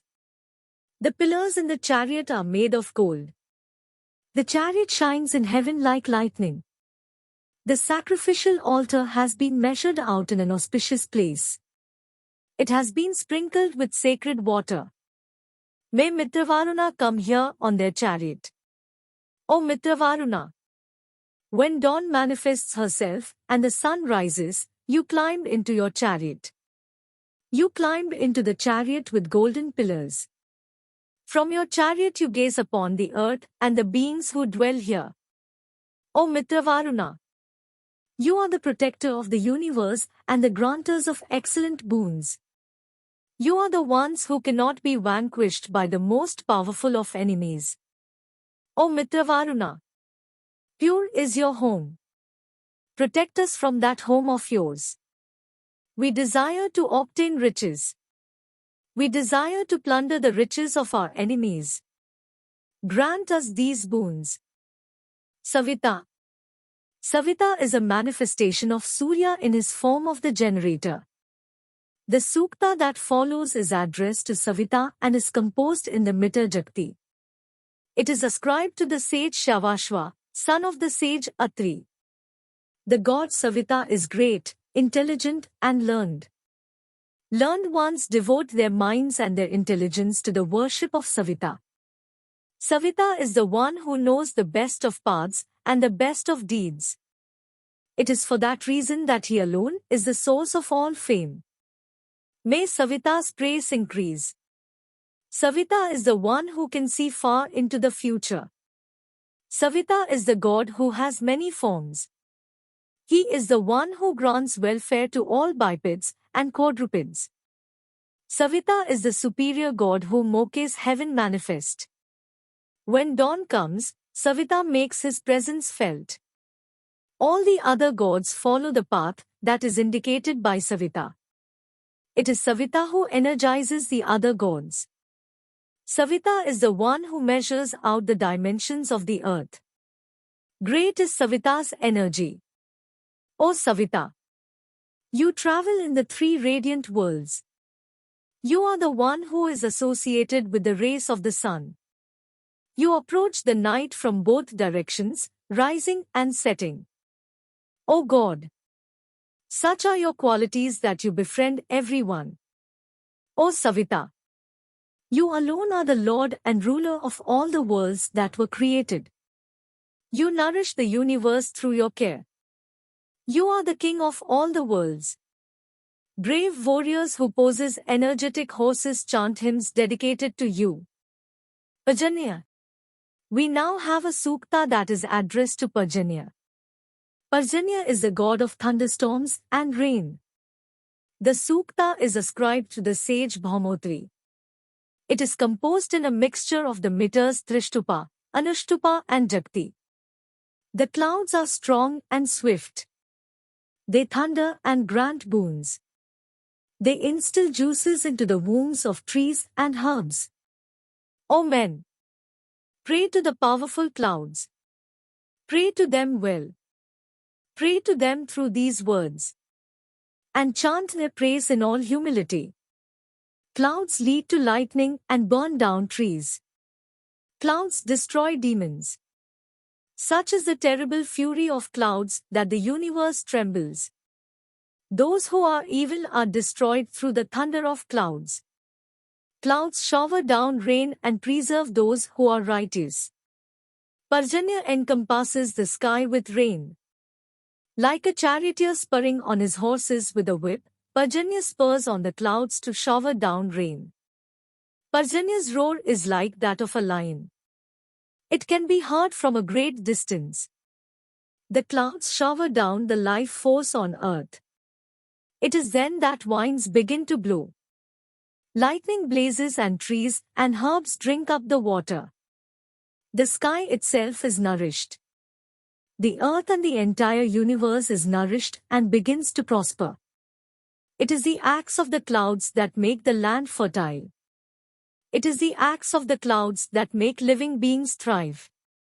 It is the acts of the clouds that make trees and herbs grow. O Parjanya! May you grant us a lot of happiness. O Maruts! Grant us rain from heaven. Nourish us through the showers. O clouds! Come towards us with your thunder. Shower down rain and make life flourish. May the clouds nurture us. O Parjanya! May you thunder and roar. May you instill juices into the wombs of the trees. Travel in the 4 directions in your watery chariot. Overturn your vessels of water so that we may have showers. May there be such a lot of rain that there remains no difference between mountains and plains. O Parjanya! Open up your treasure house of water. May the water flow downwards. May the rivers overflow with water and head towards the east. Fill heaven and earth with water so that the cows may drink their fill. O Parjanya! When you roar and thunder, the evil ones are killed. Everything that there is on earth is pleased by your action. The evil ones are the demons of drought. O Parjanya! It has rained for many years. Now withdraw your showers. You have made the deserts fertile. You have provided food for our delight in the form of trees and herbs. All the subjects have sung your praise. Prithvi. Prithvi is the earth and the next sukta is addressed to Prithvi. This too is ascribed to the sage Bhaumotri. It is in the Anushtupa meter. O Prithvi! You are the possessor of excellent qualities. You are greatness itself. You satisfy living beings through your greatness. You are indeed the one who bears aloft the mountains. O land! You are full of energy and you move in all the directions. You roar like a horse when you accept rain from the clouds. Your devotees sing your praise through the hymns that they chant. O land! There are clouds in heaven and lightning streaks through them. It rains and it is your strength that sustains trees and herbs on the ground. Mandala 6.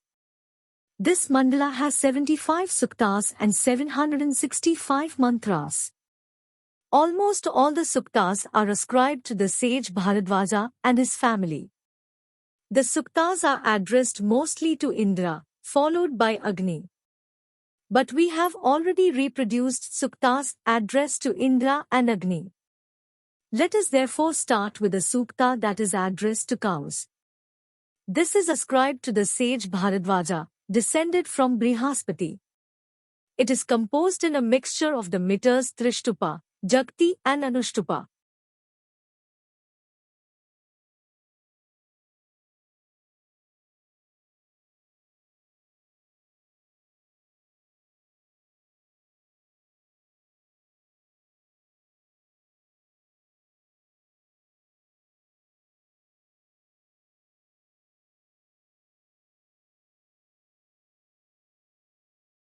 Cows.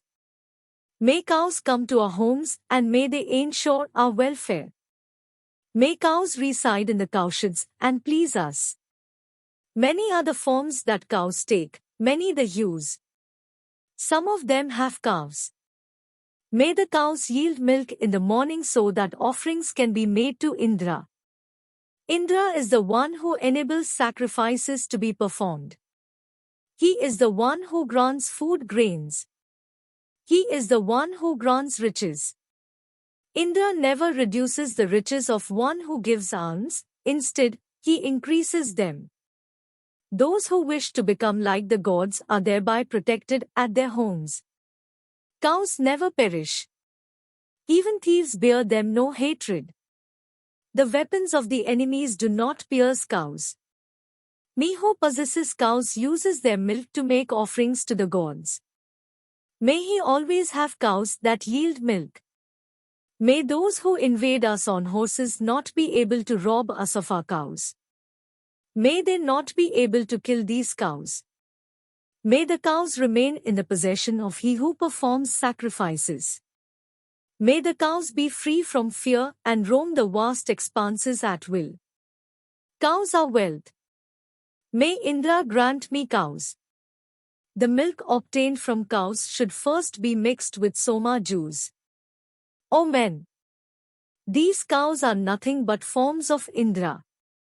With great devotion, I pray for the proximity of the Indra who is in these cows. O cows! Make us strong. Make those who are ill and lean, strong and handsome. O cows! You are the source of blessed speech. Make our households happy. Grant us food. May your fame be chanted in the assemblies. O cows!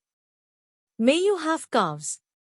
Eat soft grass and drink limpid water from the ponds. May you not be stolen by thieves. May you not be possessed by sinners. May Rudra's weapons never pierce you. May various objects which give strength be mixed with the milk of cows. O Indra! We have mixed milk with soma juice so that your strength is increased. Pusha. Pusha is a manifestation of Surya, that is, he is a solar deity. In particular, Pusha acts as a guide on travels and protects cows and other possessions.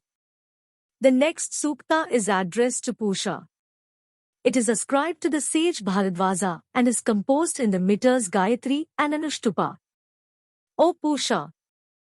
You are the protector of all routes. You harness steeds to your chariot so that you may come and grant us food grains. May you come and increase the wisdom of mankind. O Pusha! Grant us the riches that will bring welfare to mankind. Grant us brave sons who will be generous. Take us to households where the residents are generous of heart. O radiant Pusha! There are those who are miserly. Change their hearts so that they may become generous. Traders tend to be hard of heart. Make their hearts soft. Seek out the paths that lead to prosperity. Defeat assassins and enemies. O brave Pusha! May all our acts come to fruition. O learned and far-sighted one! If traders continue to be hard of heart, destroy them with your weapons. For our welfare, demolish all these evil ones. O Pusha! The Panis are robbers. Bring misery to their hearts. May you desire to bring welfare to everyone, but destroy our enemies for us. O radiant Pusha, you are learned in the usage of weapons, but others also display the same knowledge in the usage of weapons. O God, bring wisdom to our hearts so that we may look upon everyone as an equal. May our minds be purified and may all thoughts of evil be banished. O brave warrior, your power is all-pervasive and increases the number of animals we possess. May your wisdom be imparted to us. This is our desire. O God, motivate us so that we may serve our cows and horses. May we attain food grains as well as sons and grandsons. May we live in peace with the rest of mankind. May our hearts be directed towards that purpose. Saraswati. The next sukta is addressed to Saraswati. It is ascribed to the sage Bharadvaja and is composed in a mixture of the meters Gayatri, Jakti and Trishtupa. Vadryashvaya, a sage, was generous and patient. When he prayed to Saraswati, the goddess granted him a son named Divodasa. Divodasa cancelled all his father's debts. O Saraswati, your wisdom is such that it destroys those who are misers and bring harm to others. Every man owes a debt to his ancestors. That debt is repaid only when he gives birth to a son. Once Divodasa was born, his father's ancestral debt was cancelled. This Saraswati, the river, tears down the highest peaks of mountains with her torrents. Such is her strength that the mountains seem to be as delicate as lotus stalks.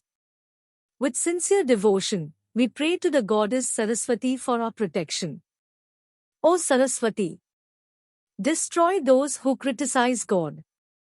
Destroy all the subjects who are fraudulent and evil. For the welfare of mankind, grant us the land masses that are well protected. You are the one who grants food grains. You make the waters flow. You nourish the worlds. The goddess Saraswati is the source of all food grains. She is the one who grants food grains. May the one who protects our intelligence grant us protection. O goddess Saraswati, Indra prayed to you before he set out to do battle with the demon Vritra. Others too invoke you before a fight. O goddess Saraswati, you are the source of strength. May you grant us protection in the course of a battle. Like Pusha, grant us riches. Saraswati is the valiant one. She rides in a golden chariot. She is the one who destroys Vritra. She is the one who desires to listen to our prayers. Saraswati's waters know no bounds. They are swift and constantly on the move. The waters roar as they course. Saraswati will banish all our enemies. She is a lover of the truth. She will take us to her sisters, the other rivers. Saraswati's radiance is like the sun during the day.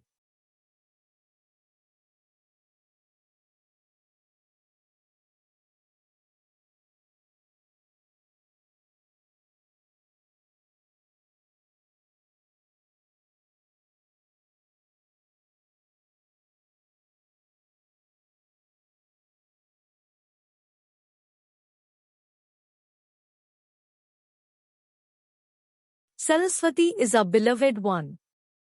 She is the one who deserves to be worshipped. The 7 sisters are the 7 rivers. Saraswati is the one who deserves to be praised. The 7 rivers have been named earlier. Saraswati is the one who grants material wealth. She is the one who radiates energy in the atmosphere. May Saraswati preserve us from those who criticize us. Saraswati resides in the 3 worlds, heaven, the atmosphere and the earth. She has 7 sisters. She increases the prosperity of the 5 types of men. The 5 types of men have been enumerated earlier. She is the goddess who should be worshipped before every battle. She is the goddess who should be praised before every action. Saraswati is supreme among rivers in her greatness, her energy and her influence. Her stream is swifter than that of other rivers. Her flow is as vast as a chariot. The Supreme Creator himself gave birth to Saraswati. Such is her learning that she should be praised. O Saraswati, take us to the riches that we desire. May the flow of your waters not bring us any harm. May we not be denied your proximity. Accept our devotion and our friendship. Please ensure that we do not forsake you and go to others. Dyava Prithivi. Dyava Prithivi is a word that connotes heaven and earth taken together. The next sukta is addressed to Dyava Prithivi. It is ascribed to the sage Bharadwaja and is composed in the Jagti meter. Dyava Prithivi is full of water and is the refuge of all the worlds. Vast is the expanse of Dyava Prithivi and sweet are the juices of food grains that grow there. Beautiful is heaven, and the earth never decays. Both these regions possess wonderful powers. Varuna is the one who decrees the rules that heaven and earth follow. O Dyava Prithivi, the two of you are actually separate. You are full of water. You are full of milk. You ensure the performance of religious deeds. You are the source of sacred rites and clarified butter. You make this universe manifest. O Dyava Prithivi, make the waters flow so that the welfare of mankind can be ensured. O Dyava Prithivi, you are the ones who sustain everything. A man who devotes himself to the pursuit of a simple life is the one who becomes famous. One who lives according to the norms of righteousness is the one who is blessed with sons and grandsons. Many are the codes of conduct that emanate from you and they are all sacred. O Dyava Prithivi, you are full of water. You have an intimate association with that beautiful water. You are great and you know no bounds. You are at the forefront to receive any oblations that an officiating priest may make. Learned ones pray to you for the sake of happiness. O Dyava Prithivi, may you unite us with the sweetest of juices. The two of you are the sources of all kinds of sweet juices. The two of you shower down sweet juices. The granting of sweet juices forms part of your nature. You sustain fame, sacrifices and divinity. Grant us strength, energy and great fame. May heaven and earth increase our strength. They are like our parents. They are the omniscient ones who ensure the performance of the best of deeds. O powerful heaven and earth, you grant welfare to everyone. Grant us fame, strength and riches. Brihaspati. Brihaspati is not quite a god. He is divinity personified in the officiating priest. He is also the priest of the gods, and subsequently, their preceptor. The next sukta is addressed to Brihaspati. It is ascribed to the sage Bharadwaja and is composed in the Trishtupa meter. Brihaspati is the one who destroys the fortresses of the enemies. He is the one who was created first and he is the one who ensures the performance of righteous deeds. He was born in the lineage of Angirsa and he is personified in the oblations made by warriors. Brihaspati is the one who protects the land through his excellent qualities. He is radiant with energy. Brihaspati is the strong one and he is like our father. His roar can be heard in heaven and on earth. Brihaspati is the one who ensures the preservation of those who are righteous. It is righteousness that Brihaspati preserves in the sacrifices of the gods. He has killed the enemies, demolished their cities, and triumphed over them. Brihaspati wins riches from the enemies. He wins cows and cowsheds from the enemies. It is he who brings down water from heaven. Brihaspati is the invincible one.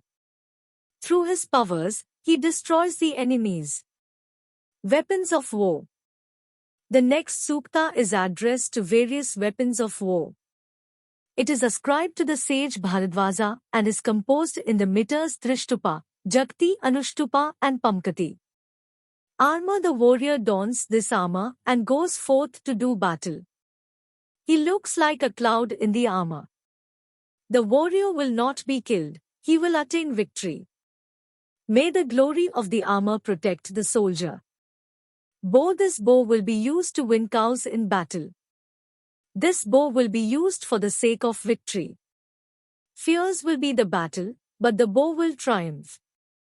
The bow will nullify all the desires of the enemies.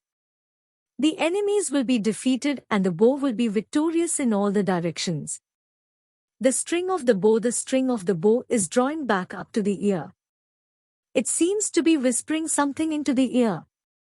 The string of the bow is extended on the bow.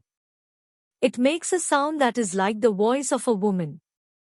The string of the bow will remove all impediments in battle.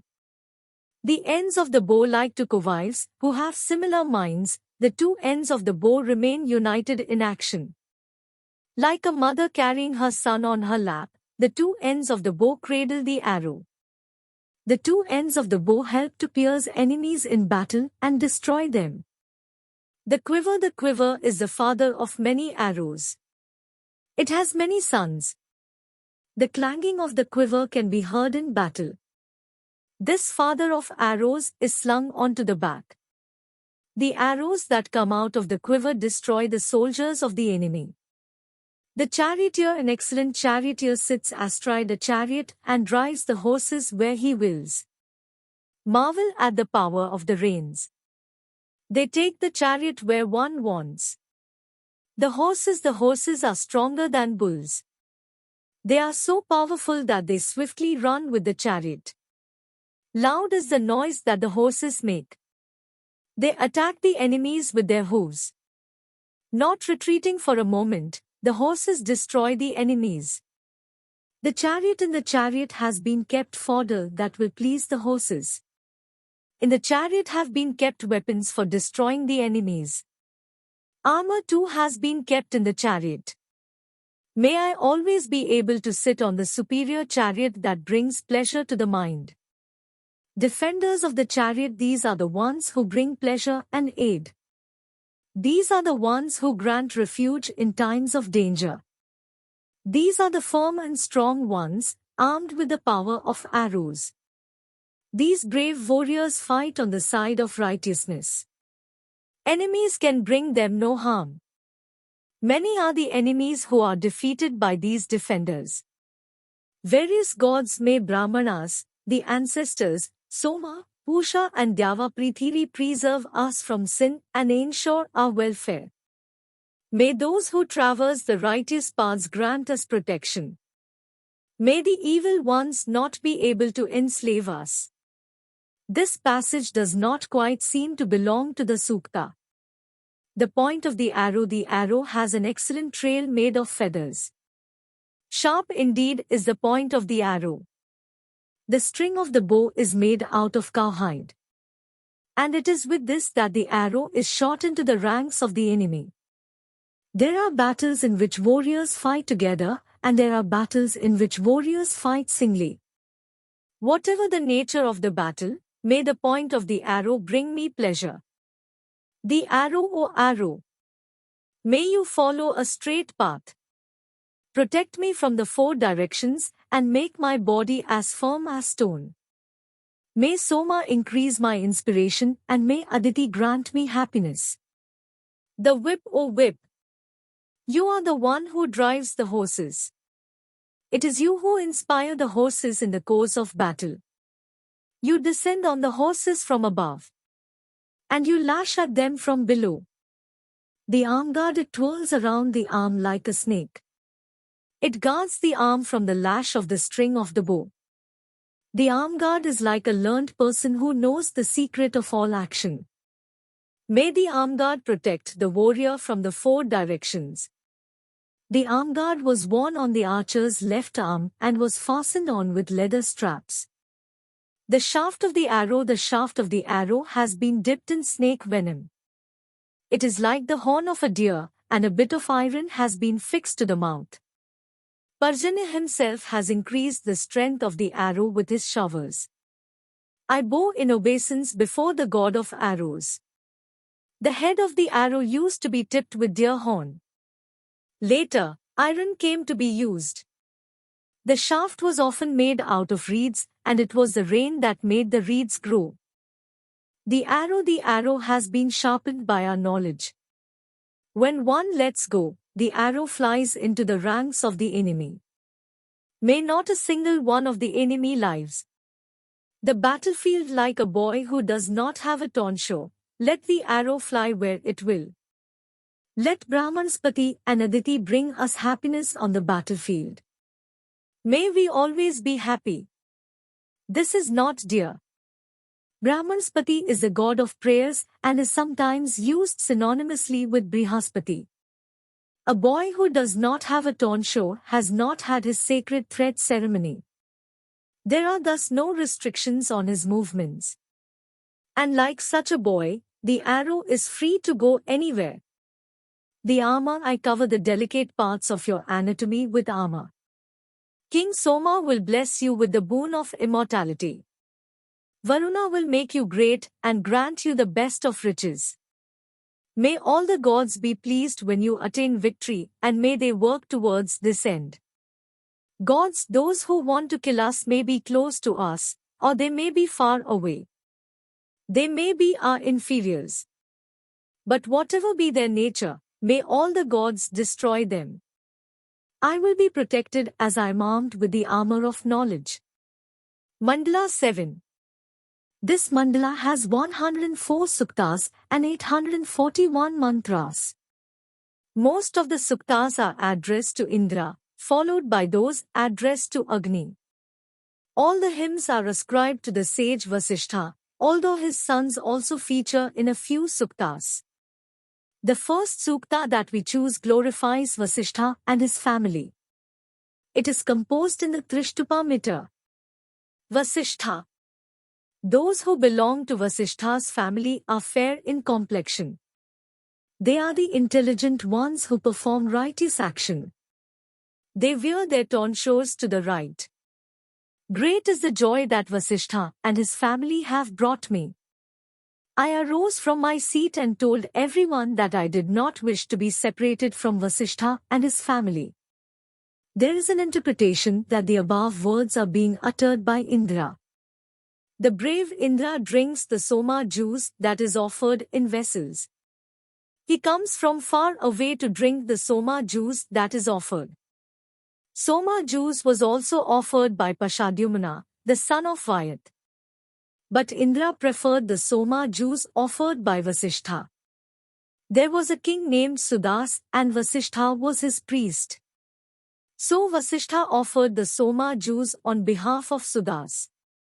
Pashadyumna was a rival king. Indra crossed the river easily and removed all impediments. Thus did Indra help Sudas in the battle of the 10 kings. O Vasishtha! It is because of your prayers that Indra protected Sudas. This needs some explanation. The battle of the 10 kings, Dasharajna, was a fairly important battle to which stray references can be found in the Rig Veda. Sudas was the king of the Tritsu tribe. He crossed the river Parushni, Iravathi or Ravi, with Indra's aid and put his enemies to flight. 10 kings or tribes were allied against Sudas, but they were defeated. O leaders! Your hymns please the ancestors. I have driven the axle of my chariot. I have driven the chariot so that I can go home. This I may be Indra. O those who belong to the family of Vasishtha! May you be strong and may you not grow infirm. Recite hymns and be blessed with the strength that Indra confers. Increase your strength and chant Indra's praise. Vasishtha was like a man who was thirsting for water. He sang Indra's praise prior to the battle of the 10 kings. Indra heard the hymns that Vasishtha chanted. He made vast expanses free for the Tritsu tribe. The Bharatas were initially as small and insignificant as a rod that is used to beat cows. But Vasishtha became the priest of the Tritsus and the Bharatas. It is then that the Bharatas began to prosper. In this verse, the suggestion is that the Bharatas and the Tritsus were identical. Other parts of the Rig Veda indicate that this was not quite the case. Sudas was originally the king of the Bharatas, not of the Tritsus. At this point, the priest of the Bharatas was Vishwamitra and Vasishtha was the priest of the Tritsus. Sudas made Vasishtha his priest and thus forged an alliance between the Bharatas and the Tritsus. Vishwamitra felt slighted and formed a confederation of 10 kings against Sudas. But the 10 kings, who were led by Bheda, were defeated. There are 3 gods, Agni, Vayu and Surya, who infuse the worlds with energy. There are 3 types of subjects who are known as Aryas. These are Brahmanas or priests, Kshatriyas or warriors and Vaishyas or traders. There are 3 types of sacrifice that are begun at the stroke of dawn. Vasishtha is well versed in all this knowledge. O sons of Vasishtha! May your glory spread before the rays of the sun. May your fame be deep as the ocean itself. May your hymns reach the gods as swiftly as Vayu. May no one else be able to duplicate the hymns that you chant. It is only you who possess that special knowledge. O those who belong to the family of Vasishtha! There are hundreds and thousands who labor hard to attain this knowledge. They strive to light up their hearts with this wisdom. To a person who has attained this knowledge, the entire universe is like a piece of cloth spread out. O Vasishtha! Your energy flashed out like a streak of lightning. When you appeared from the lightning, that was like a birth, and Mitra and Varuna witnessed this birth of yours. The sage Agastya introduced you to mankind. Vasishtha is believed to have been Agastya's younger brother. Presumably, Agastya introduced Vasishtha to the Tritsus. O Vasishtha! You are the son of Mitra and Varuna. O Brahmana! You were mothered by the celestial nymph Urvashi. When you were born, divine hymns were chanted and the gods showered down their benediction. Vasishtha is acquainted with all the knowledge of heaven and earth. He is the one who gives 1,000 forms of alms. He is the one who donates everything. Vasishtha is the one who spreads out knowledge like an open piece of cloth. Vasishtha was born of an Apsara, a celestial nymph. Mitra and Vanina were initiated as priests at the time of a sacrifice. They put their energy into a pot. From this energy, first Agastya was born. Vasishtha was born after that. O Bharatas! Vasishtha is coming to you. Welcome him with due respect. Vasishtha will be your leader in the chanting of sacred hymns. He will be the chief of the Advaryus. Water. The next sukta is addressed to water and is composed in the Trishtupa meter. O water! You will enable us to obtain divinity. Soma herbs have been obtained from the ground, thanks to the generosity of water. Water has been mixed with the extracted Soma juice and is being offered to Indra. The water that comes from rain is pure and free of sin. May this sweet water be mixed with Soma juice. May we obtain this juice today. May we drink it today. O water! Your sweet flow has been mixed with the Soma juice. May Agni protect the water and the Soma juice. Indra and the Vasus are pleased when they drink this Soma juice. We wish to become like the gods themselves. May we too obtain the Soma juice today. May we get to drink it. Divine water performs purification in 100 ways.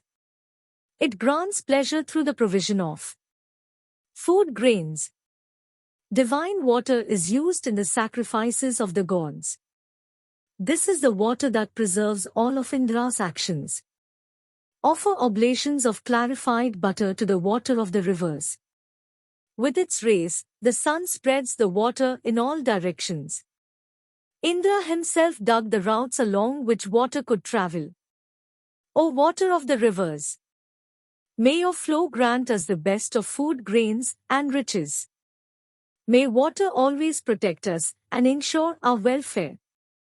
Vastoshpati. The next sukta is addressed to Vastoshpati. The word Vastu means house and Vastoshpati is the god of the household.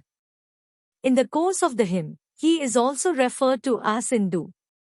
Indu is another name for Soma. The sukta is composed in the Trishtupa meter. O Vastoshpati! May you look upon us as your own. Make sure that disease does not frequent our houses. Grant us the riches that we ask of you. Ensure the welfare of all bipeds and quadrupeds. O Vastoshpati! You are the one who delivers us. You are the one who increases our prosperity. O Indu! May we be blessed with cows and horses. May we not suffer from old age. May you look upon us as friends. A father takes care of his son.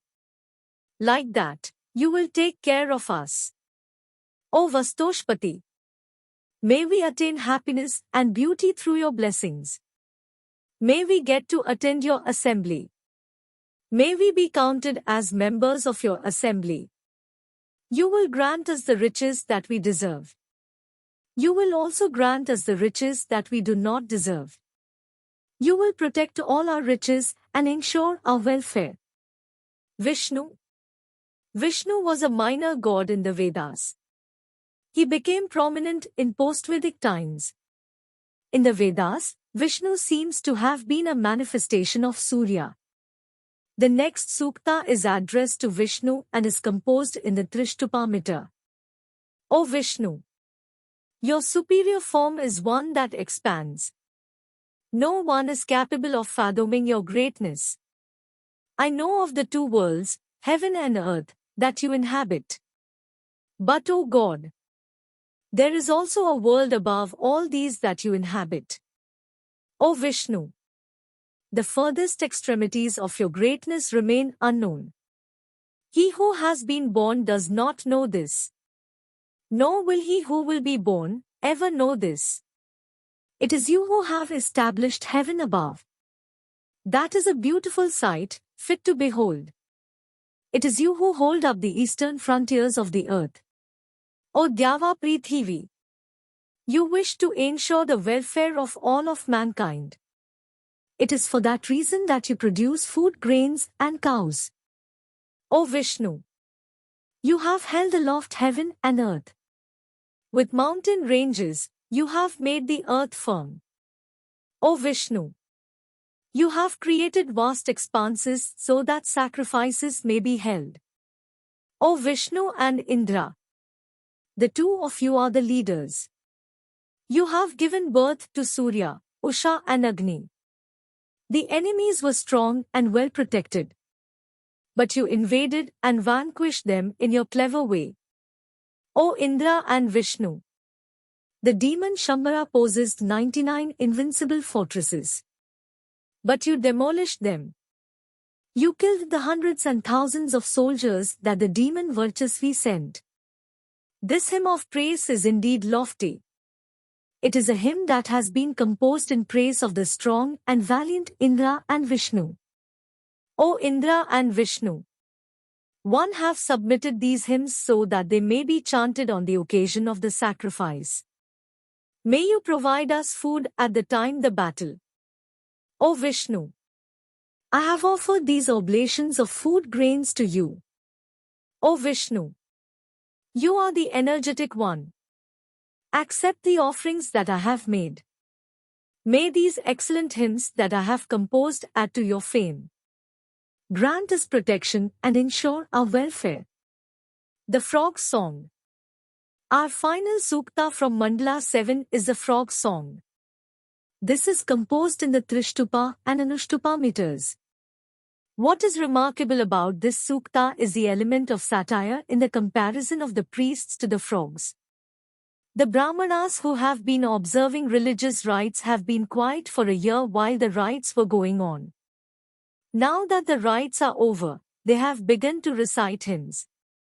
They are like the frogs which have remained quiet for a year, as long as it was hot. Now that the monsoon has started, the frogs have started to croak. The frogs lay there, in ponds that were dry. They seemed to be wrinkled bags made of skin. As soon as water descended from the monsoon clouds, the frogs began to croak. Their sound was like the lowing of cows that have calved.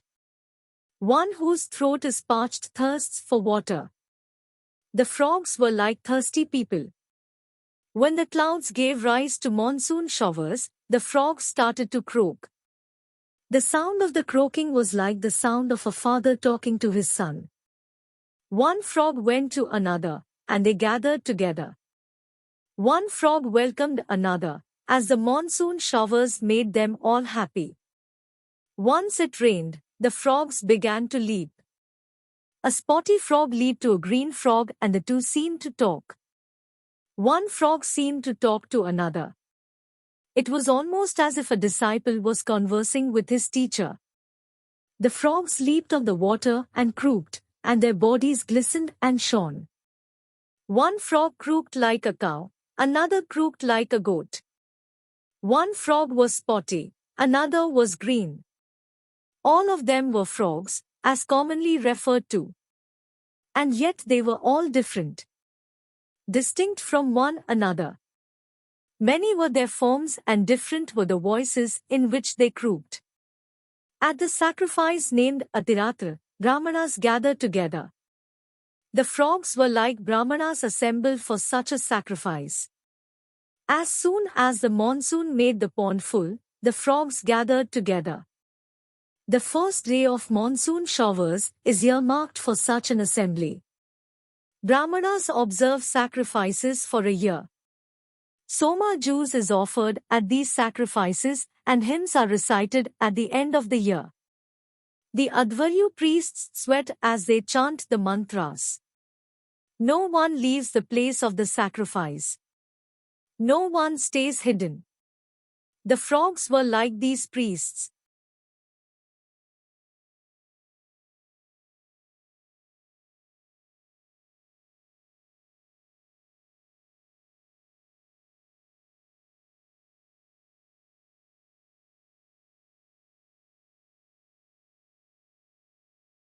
The leaders are the ones who follow the divine codes of conduct.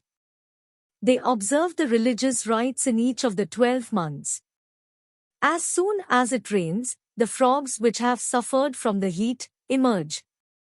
The frog which croaks like a cow will grant us riches. The frog which croaks like a goat will grant us riches. The frog that is spotty will grant us riches. The one that is green will grant us riches. The monsoon indicates the advent of 1,000 herbs. The frogs will grant us 100 cows. They will increase our life expectancies. The frogs grant all these objects as they proclaim the onset of the monsoon. The rains revive the earth, and in this sense, grant all these riches. Mandala 8. This mandala has 103 suktas and 1716 mantras. The suktas are ascribed to various sages. Most of the mantras are addressed to Indra, followed by those to Agni and the Ashwinis. The Valkilya section that was mentioned in the introduction forms part of this mandala. In order to learn about gods other than those who have figured earlier, we start with a sukta addressed to the Adityas. Aditi is the mother of the gods, and Aditya signifies son of Aditi. Thus, Aditya is a general expression for all gods. But the word Aditya is also used in a more specific sense. There are 12 manifestations of Surya, one for each of the 12 solar months. These are the 12 Adityas. The sukta that we reproduce is ascribed to the sage Kamva and is composed in the Ushnika meter. It is certain that a man who worships the Adityas and follows the rules indicated by them will obtain riches and happiness such as have never been obtained before. The path followed by the Adityas is a straight one and is free of all violence. The path indicated by the Adityas is the path that should be followed by mankind. It is the path that leads to happiness. May Savita, Bhaga, Varuna, Mitra and Aryama, 5 Adityas, grant us the great happiness that we have been desiring. O Goddess, you nourish us along the path that is blessed with the best of qualities. That path is free of all violence and is full of love. You are the immortal Goddess. Come to us with learning and come to us with happiness. Come to us with all the gods. The goddess in question is Aditi. O Mother Aditi, your great sons are free from evil and perform the best of deeds. They know well how to banish the enemies who hate them. They know well the means of destroying sinners. Aditi is the goddess who is never destroyed. May the pure Aditi protect our animals during the day. May she protect them during the night. May Mother Aditi ensure the prosperity of our sons and our animals. May she preserve us from sin. Aditi is the source of all intelligence. She will come to us with her powers of protection. Aditi will grant us peace and happiness. She will banish all our enemies. The 2 Ashwinis are the physicians of the gods. May they grant us happiness and may they protect us from sin. May they banish our enemies. Agni's flames and energies will ensure our welfare. Surya will radiate just the right amount of heat, so that we are warmed, but not burnt up. May the pure Vayu blow and grant us happiness. May all the gods banish our enemies. O Adityas, may disease not come close to us. Banish our enemies. May we not fall prey to evil thoughts. Preserve us from all manner of sin. O Adityas, banish all our enemies and banish all our evil thoughts. You are the ones who possess all the wisdom that there is. Please make sure that those who hate us do not get to come near us. O Adityas, you are the generous ones. Grant us the happiness that makes even sinners forsake the path of sin. There are men who have become like demons and wish to kill us. May such men be destroyed through their own deeds. May such men not be able to come near us. There are those who hate us and are treacherous towards us. These violent and evil ones are our enemies. May their sins devour them up. O Adityas, you are the gods who establish everything. You know who are fraudulent and who are not. May you only reside with men who are pure of heart. We desire to obtain the happiness that there is in mountains and in water. May heaven and earth protect us from sin. O gods, you are the ones who establish everything. Grant us happiness and ensure our welfare. The chanting of your names will protect us from all sin. O great Adityas, the sacrifice to which you wish to come is being performed. We are the ones who desire to be like your friends. May you look upon us with favor. We call upon the Indra who protects the Maruts. We call upon the Ashwinis, Mitra and Varuna. We call upon Vastoshpati, the Lord of households. May all these gods ensure our welfare. O Mitra, Aryama and Varuna. O Maruts, make us non-violent and grant us fame. Grant us 3-storied houses. O Adityas, all of us men will eventually die. but grant us long lives. May we live for many years. Praskamva's gift. We next have a sukta from the Valkilya section. The Valkilyas were sages who were physically small in stature. In Mandala 8, there are 11 suktas which constitute the Valkilya section. These 11 hymns are not included in Mandala 8, but are placed after it, as a sort of supplement. Commentators on the Rig Veda have tended to ignore them. The sukta we reproduce from the Valkilya section is called Praskamva's gift and is composed in the Gayatri and Anushtupa meters. It is ascribed to the sage Kamva. But there seems to have been a sage named Praskamva, who belonged to the Kamva family. He invoked Indra to aid a king in a fight against the enemies. It is Indra's great valor which becomes manifest the 4 directions. O Indra! You are the one who slices up all the demons. May we receive your bounty. O Indra! There are 100 white bulls in heaven. They shine like the stars in the sky. Indra has granted us these bulls, he has granted us 100 bamboos. He has granted us 100 dogs and as many soft hides. Indra gave us 100 bundles of sacrificial grass and 400 red horses. O son of Kamva! This is a reference to Praskamva. May you become like a god and roam like the birds. May you roam like a horse. O men! Pray to the Indra who is the lord of the 7 regions that there are. Indra is the complete one and his fame is widespread. There are paths that are dark with the shadow of sin. One who has managed to cross these paths gets to see Indra. Mandala 9. There are 114 suktas and 1108 mantras in Mandala 9.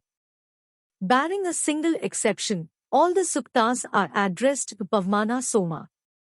Soma is the personification of the Soma Jews and is also identified with the moon god. Pavmana signifies that which is being purified. This refers to the purification of the extracted Soma juice, to its being strained through strainers. To avoid repetition, we reproduce only one sukta from Mandala 9. This is composed in the Gayatri meter and is ascribed to the sage Vishwamitra. Pavmana Soma. The Soma juice has been extracted so that Indra may drink it. O Soma! May you be pleasing to the palate. Flow in streams that will be a source of happiness. Soma is the one who destroys all the demons. Soma is the one who sees everything. The place where pots of Soma juice have been placed has been made firm with iron stakes. O Soma! You are the one who grants riches. You are the one who destroys powerful enemies. Rob the enemies of their riches and grant those riches to us. Sacrifices are being performed for the great gods. May Soma juice be offered at these sacrifices, together with food grains. May Soma juice grant us food grains and riches. O Soma! We serve you well. That is our desire every day. O Soma! It is to you that we express all our wishes. Soma juice is extracted from Soma herbs.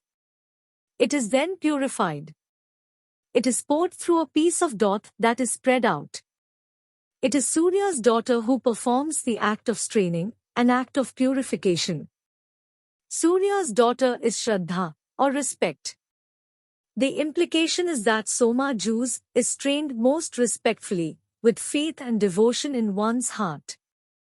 On the day of the sacrifice, 10 fingers grasp the Soma herbs. The 10 fingers of the hand are like 10 women who are sisters.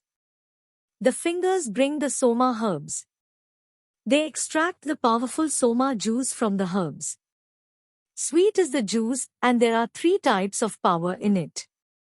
Soma juice prevents all sorts of misery. The 3 types of power in Soma juice are the powers to purify the body, the mind and intelligence. Cows should never be killed. They look upon Soma as their son. The milk from cows is mixed with Soma juice, and an offering is then made to Indra. It is the pleasure that is derived from drinking the Soma juice which provides Indra energy to demolish the enemies who surround him. It is the valiant Indra who grants riches. Mandala 10. Mandala 10 is the richest mandala of the Rig Veda Samhita. Most of the references that one finds to the Rig Veda are from this mandala. As a whole, the mandala has 181 suktas and 1754 mantras. We start with a dialogue between Yam and Yami. Yam and Yami were, respectively, the son and daughter of Vivasvana or Surya. They were thus brother and sister. The sukta is ascribed to no particular sage. Yam and Yami are themselves referred to as the sages. The hymn is composed in the Trishtupa meter. Yam and Yami. Yami tells Yam in the secret places that are near the vast ocean, I would like to become your friend. I welcome you with an open heart. Prajapati, the Creator, has made us and is like our father. He has desired that we may unite and have an excellent son. Otherwise, the human race will not multiply. Yam replies, I am indeed your friend and your companion. But I do not desire to become your husband. You are my sister, and a brother cannot marry a sister. Besides, this is not a secret place at all. There are the sons of the demons, who are mighty and strong. They are everywhere and see all that happens on heaven and earth. Yami says you may be right. Such a union between a brother and a sister may be forbidden among men. But such a union is not frowned upon or discouraged by the gods. I wish to become your wife, do not refuse me. Become my husband and grant me a son that I may bear in my womb. Yam replies, I have never done anything like this before. I always follow the path of truth. I have never lied. Our parents are the Gandharvas, a semi-divine species, in heaven, the Adityas who rule over the water, and the great Pusha. They are our best friends. What you propose is not proper, as our parents would disapprove of such a union. Yami says the great god Tvashta is the creator of all that there is. He is everywhere and bears up everything. It is Tvashta himself who decreed that we should be man and wife, for there is no one else. How can one go against the wishes of that great creator? Heaven and earth will approve of our marriage. Yam replies, who knows the secrets of the first day of creation? Who knows how the universe was created? Who knows what relationships are sanctioned?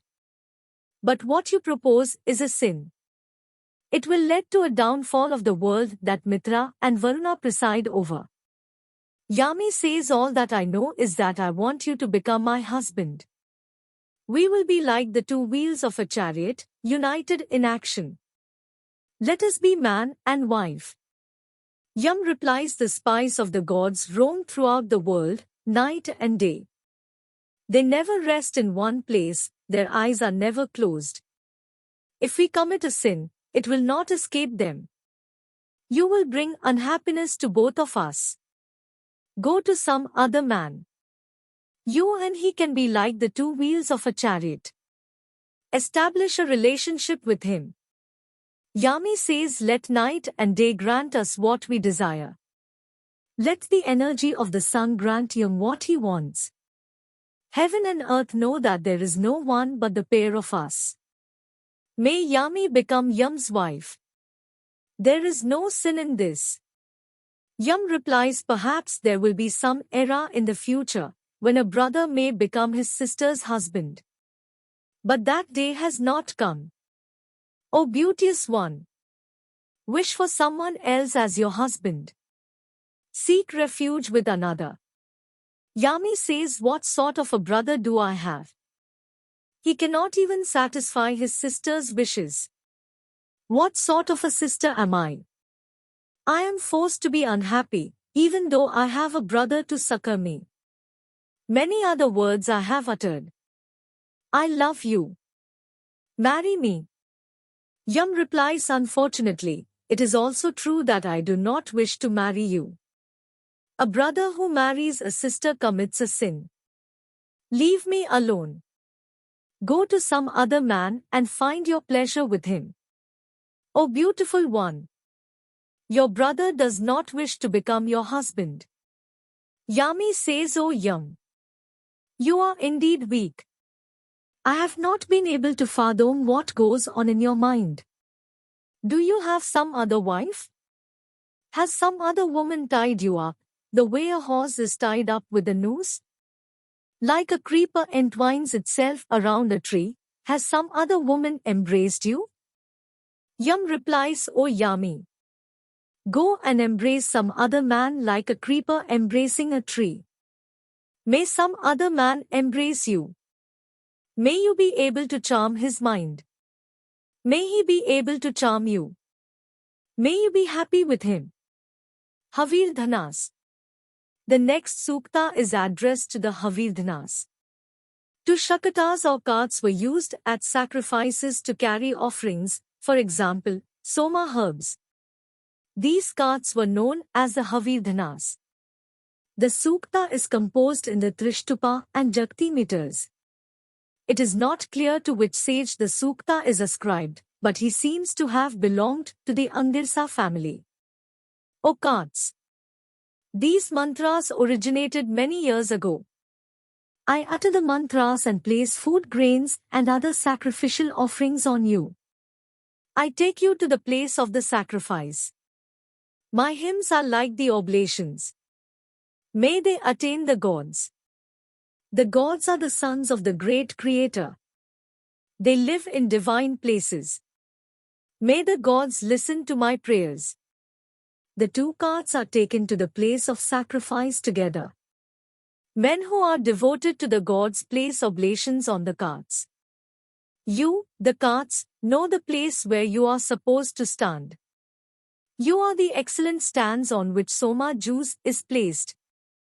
There are 5 steps that lead to the sacrifice. May I climb each of the steps. 4 of these are Trishtupa and other meters in which hymns are composed. The 5th step is the sacred syllable Om, to whose chanting I perform the sacrifice. On the altar of the sacrifice is placed the purified soma juice.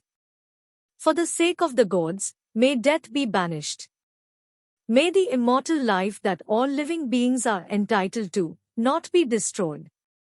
The officiating priests are performing the sacrifice to the chanting of sacred hymns. May the nooses of death not be able to encompass our physical bodies.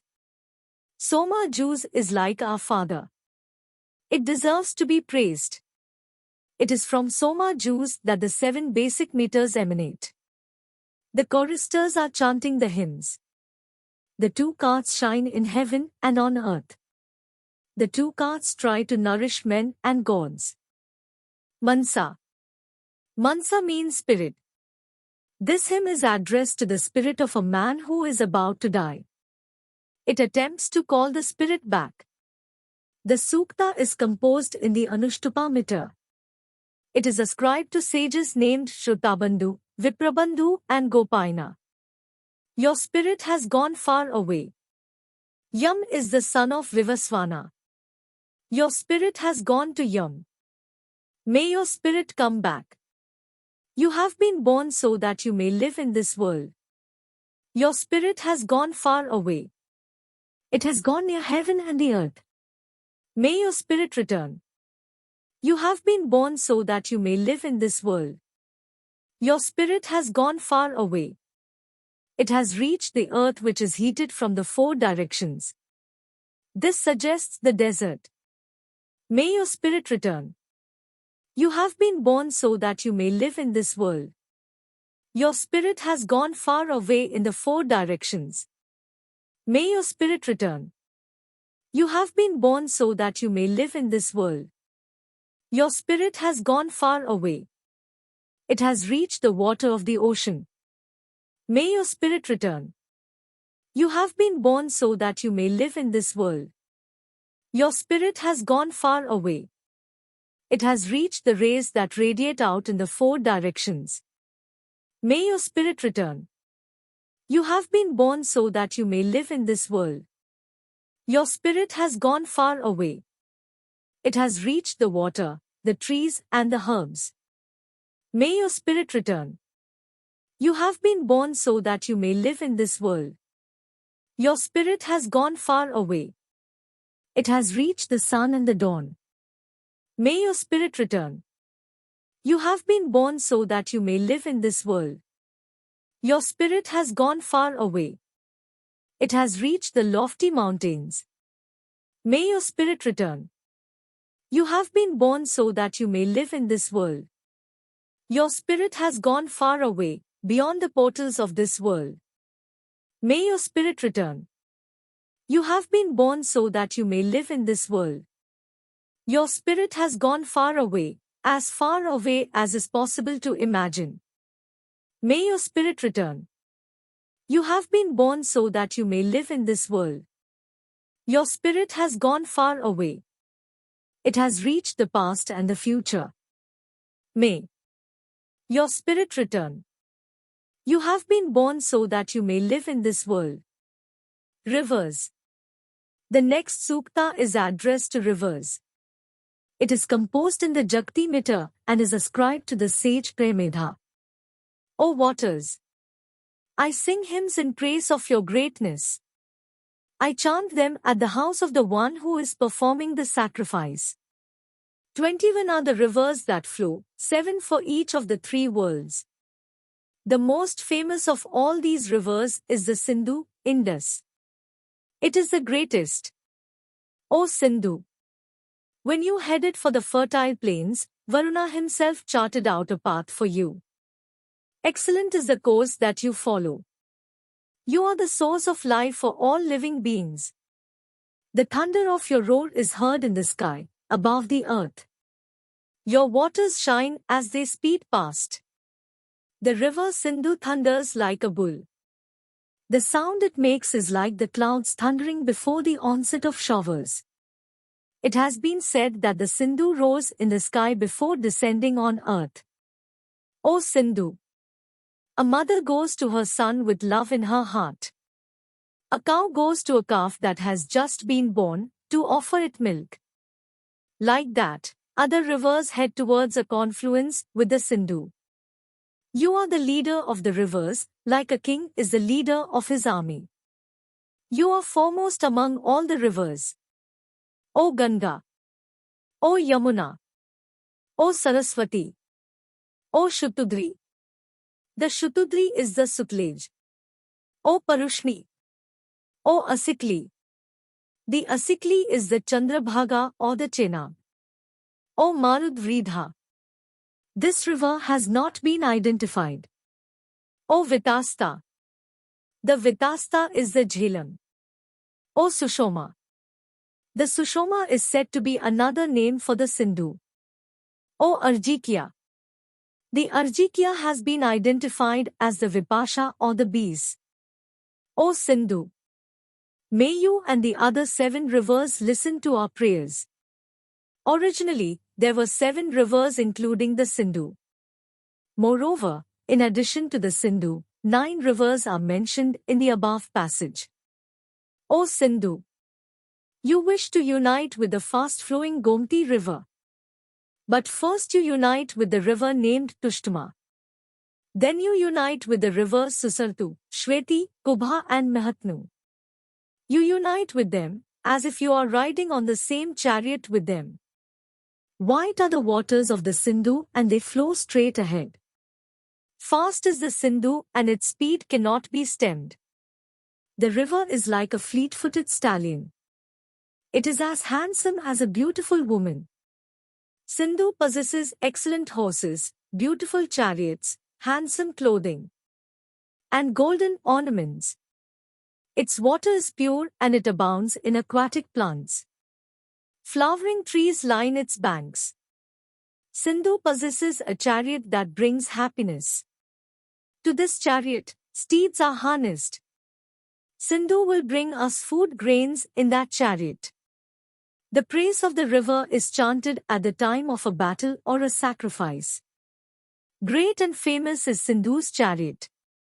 It performs no violent deeds. Vishwakarma. The next sukta is addressed to Vishwakarma. Vishwakarma is regarded as the creator of the universe. Later, he came to be regarded as the architect of the gods. The sukta is composed in the Trishtupa meter and is ascribed to the sage Bhavna. Vishwakarma was the first priest. He performed the sacrifice so that all the worlds and all the riches could be created. He offered oblations to Agni and to himself. He is our father. Vishwakarma recited hymns so that the riches that are typified in heaven might be created. First, he created the universe. Next, he merged into Agni. Where was Vishwakarma at the time of creation? What did he look like then?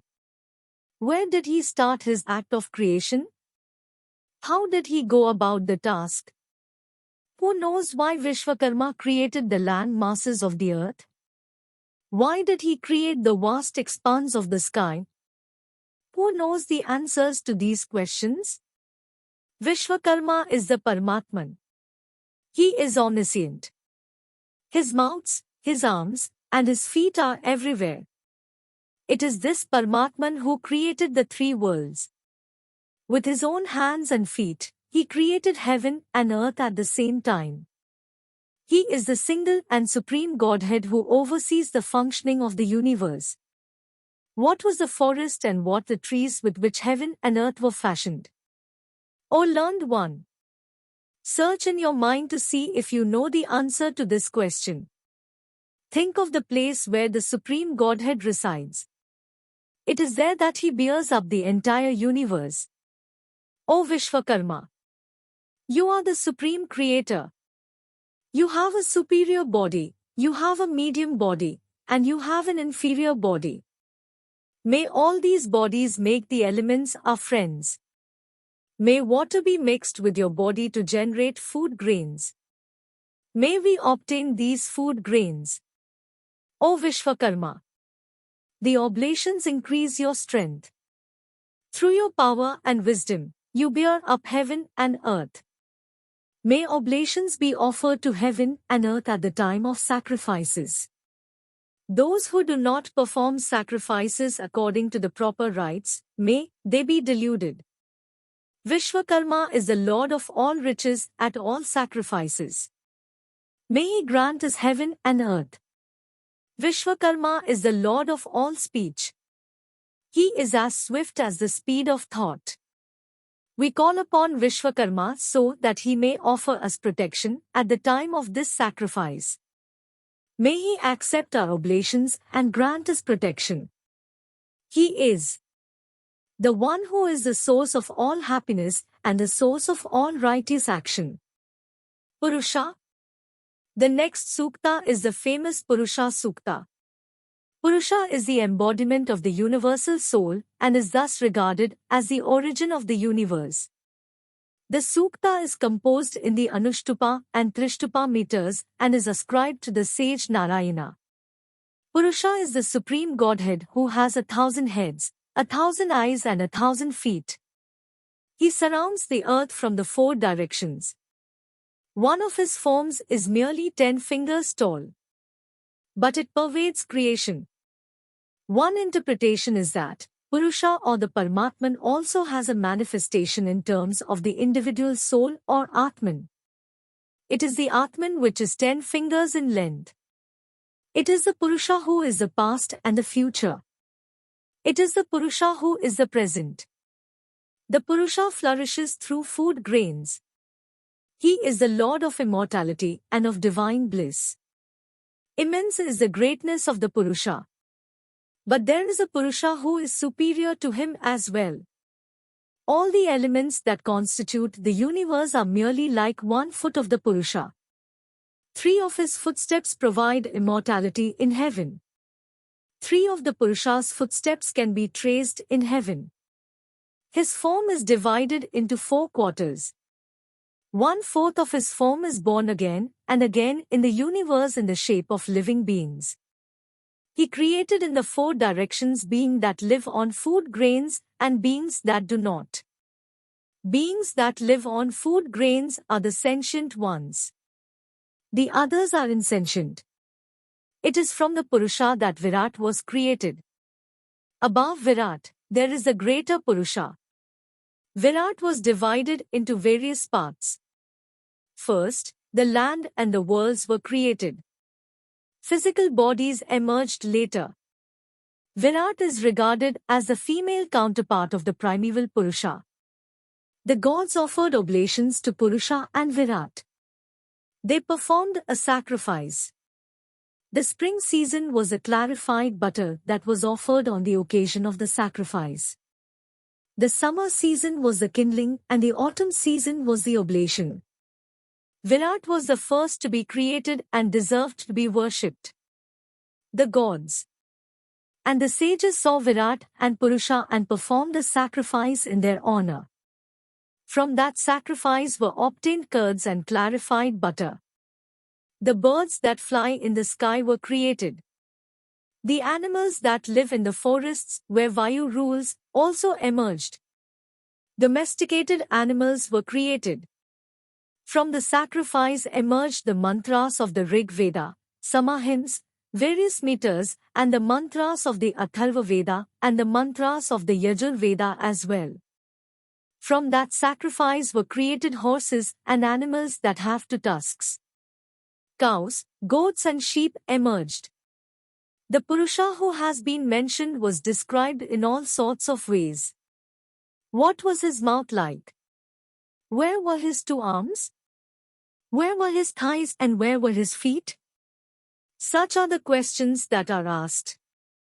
From the mouth of the Purusha were born the learned Brahmanas. From his arms were born the brave Kshatriyas. From his thighs were born Vaishyas and from his feet were born the Shudras, a servant or slave class. The moon was created from the mind of the Paramatman. His eyes became the sun. Indra and Agni were born from the mouth and Vayu was created from the breath of life. The atmosphere was made from the Paramatman's navel. His head became heaven and his feet the earth. The directions were created from his ears. In this fashion, other worlds can be thought to have been created from other parts of the Paramatman's anatomy.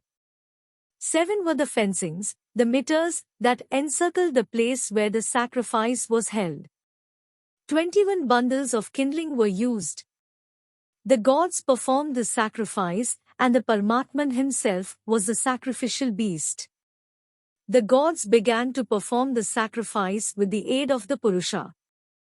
This was one of the most righteous acts ever performed.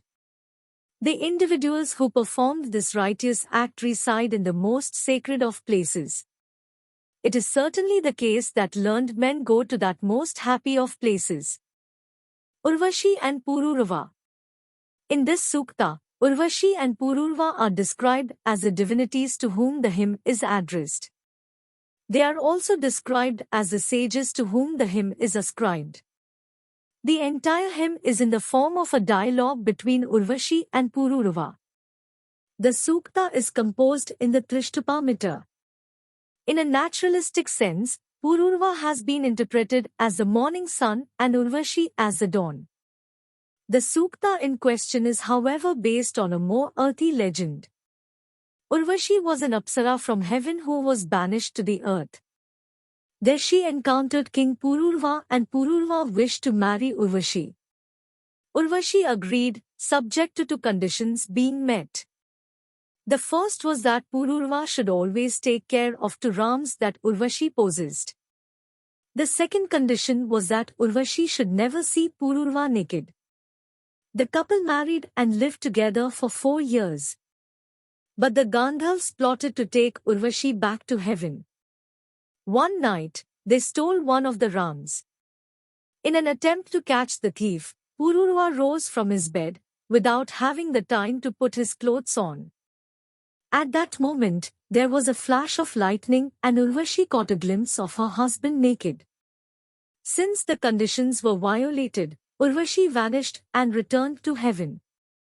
Pururva met her subsequently and begged her to return to him. Urvashi consented to do this, but only until a son was born to them. Pururva, O cruel wife! Stay here for a short while with your loving words. May the two of us remain together for some time and converse. The memory of the conversation that we have together will be a source of happiness in the days to come.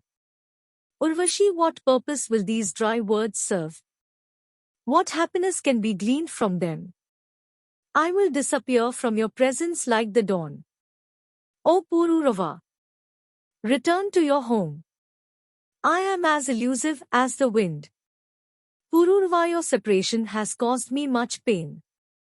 I can no longer lift an arrow from my quiver in pursuit of victory. I am strong. Yet, I find myself unable to rob my enemies of their cattle and riches. I no longer find the power to carry on with my kingly duties. I used to be like a lion whose roar struck terror into enemies on the field of battle. Alas, all that is a thing of the past. Urvashi, O dawn! This Urvashi wishes to cook food for her father-in-law. I think of my husband often, and I wish to go to his house. Night and day, I think of my happy life with him. O Pururava!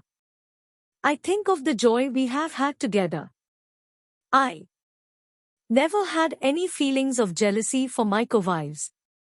O brave warrior! You were my lord. Pururava, O Urvashi! You came to me with 4 of your friends. Their names were Sujurni, Shreni, Sumnapi and Hridayachakshu. But after you left, they no longer come to visit me, dressed in their gorgeous clothing. I no longer hear the sounds of their voices, like the voices of cows that have just calved. Urvashi, O Pururava! When you were born, the wives of the gods came to witness the birth. The rivers that flow bowed down in salutation before the baby. The gods gave you the strength to vanquish and kill enemies in battle. When Pururva came before the Apsaras, they fled before his energy. It was as if deer were fleeing from a hunter. Yet Pururva married this Apsara and loved her. Urvashi had a fleeting presence like the lightning that flashes through the clouds. My wishes will be fulfilled if I bear your son. Urvashi prays that the boy may have a long life. O Pururava! The son that I bear you will rule over the whole world. I warned you that my conditions would have to be met, but you paid no heed. You broke the conditions. What is the point of sorrowing now?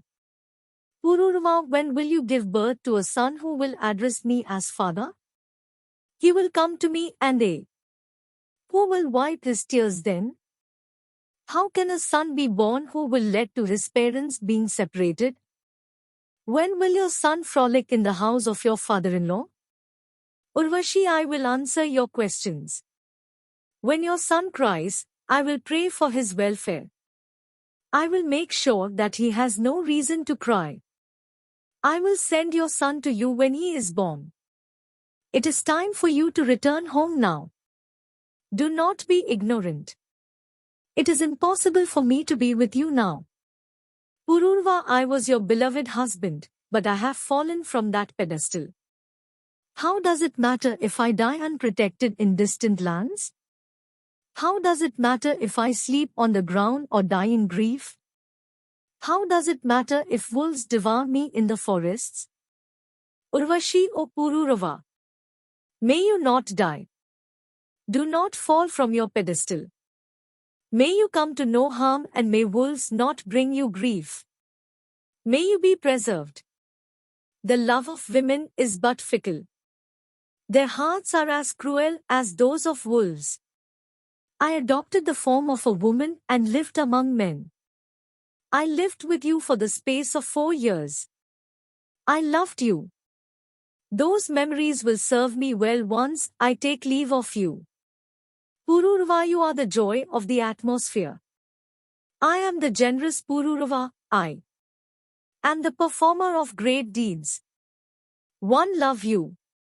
May I be united with you. My heart is suffering at the thought of the impending separation. Do not go away. Please return to me. Urvashi, O Pururava. You are the son of Ela. The gods are telling you that you are mortal. But you will worship the best of gods. And after your death, you will go to heaven and be happy.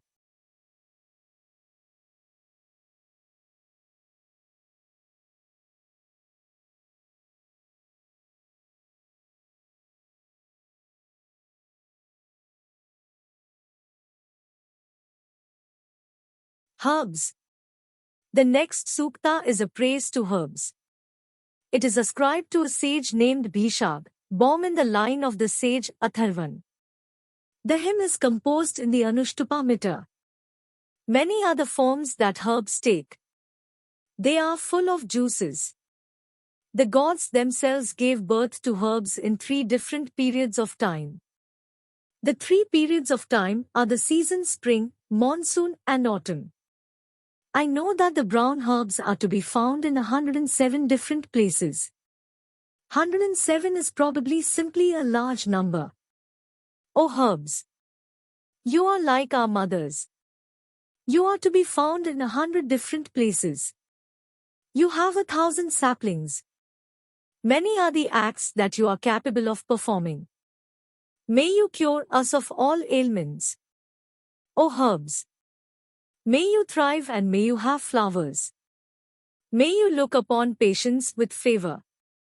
The diseases are like enemies, may you invade them like horses attacking foes. You free us from illnesses. You deliver us from disease. O herbs! You are the possessors of divine qualities. You are like mothers in the way that you take care of us. That is what I feel about you. O physician!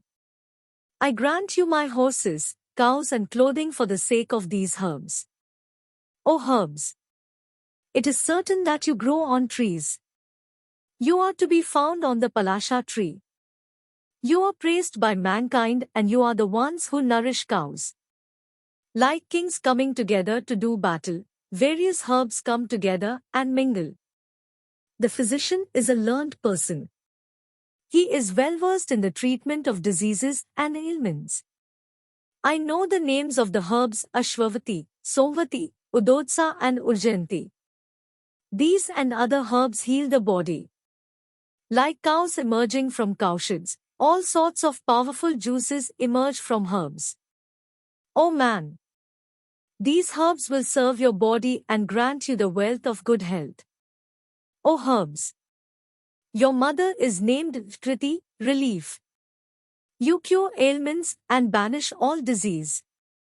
May you quickly fall down, presumably, from the trees.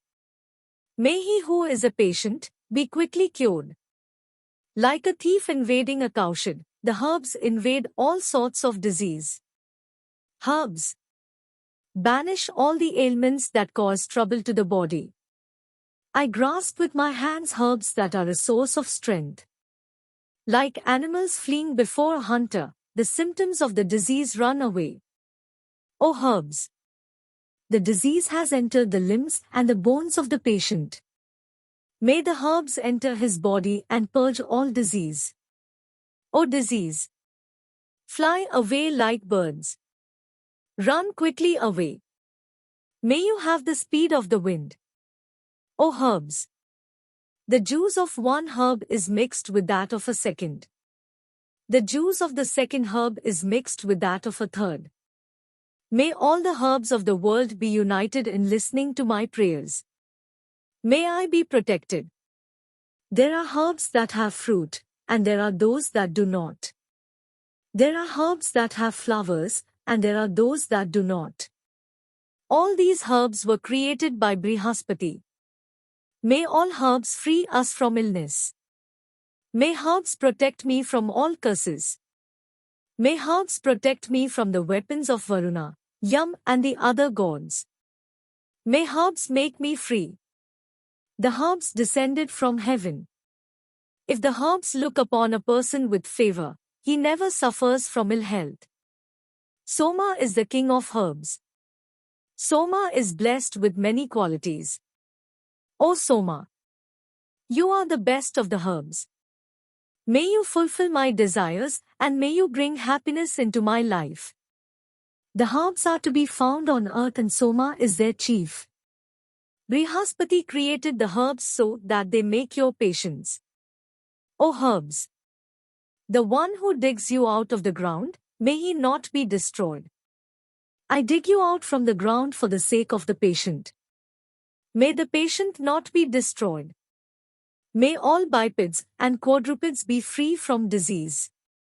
May our sons and our animals be free from disease. The herbs which are far away will listen to these prayers. The herbs which are near will also listen to these prayers. All the herbs will combine to make the diseased body healthy again. The physician uses the herbs for treatment. Soma is the king of the herbs. The other herbs propose to Soma that the patient may be cured. May the danger of disease be removed. O herbs, you are the best of all the herbs. You are superior to all other trees. There are those who wish to destroy us. This means ailments. May such foes become our slaves. Sarama and the Panis. The next sukta is in the form of a dialogue between Sarama and the Panis. Sarama is a messenger of the gods. Later, she became the divine dog. As mentioned earlier, the Panis were robbers. This sukta is composed in the Trishtupa meter. It is not ascribed to any particular sage. Sarama and the Panis are named as the sages. The Panis, O Sarama, why have you come here to visit us? The path that comes here is long and difficult. How did you come here? How did you pass the night? How did you manage to cross the waters of the river?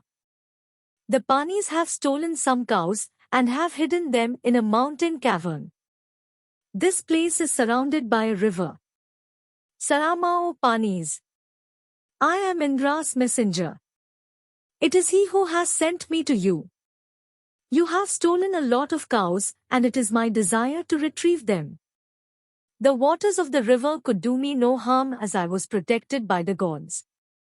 It is true that, at first, I was scared of the crossing. But I managed to cross and come over to the other bank. The Panis, O Sarama, what is your master Indra like? How strong is he? What does he look like? How many soldiers does he have? You have come a long way at the behest of your master. We would like Indra to be our friend. We would like him to be our master. We would like Indra to look after our cattle as well. Sarama, I know that my master can never be destroyed. He is the one who destroys everything. Such is the master at whose behest I have travelled such a long distance. The deep waters of the river could not run counter to the wishes of my master. O Panis, listen to what I have to say. It is certain that Indra will slaughter you all. The Panis, O Sarama, you are the fortunate one. You may be able to reach the furthest points of the sky. You expressed a desire to obtain the cows. But who is going to let go of the cows without a fight? We have many sharp weapons that we can fight with. Sarama, O Panis, your words are not those that should be used by warriors. You are sinners. And therefore you will not have the strength to use your arrows. You will not be able to tread properly. Brihaspati will never grant you happiness. The Panis, O Sarama, we have hidden the treasure in a place that is surrounded by mountains. There are cows, horses and many other riches. We Panis are well versed in the art of defense. We will be able to protect our treasure. Our cows and riches are safe. You have wasted a trip. Sarama the sages Angirsa and Ayasya will be fortified after drinking the Soma juice. They will come here straight. They will free all the cows. O Panis! Then you will have to retract your proud words. The Panis, O Sarama! We know that you have been frightened by the gods and forced to come here. We look upon as our own sister. Do not return to Indra. O beautiful one! Stay here. We will give you a share of the cows. Sarama, O Panis!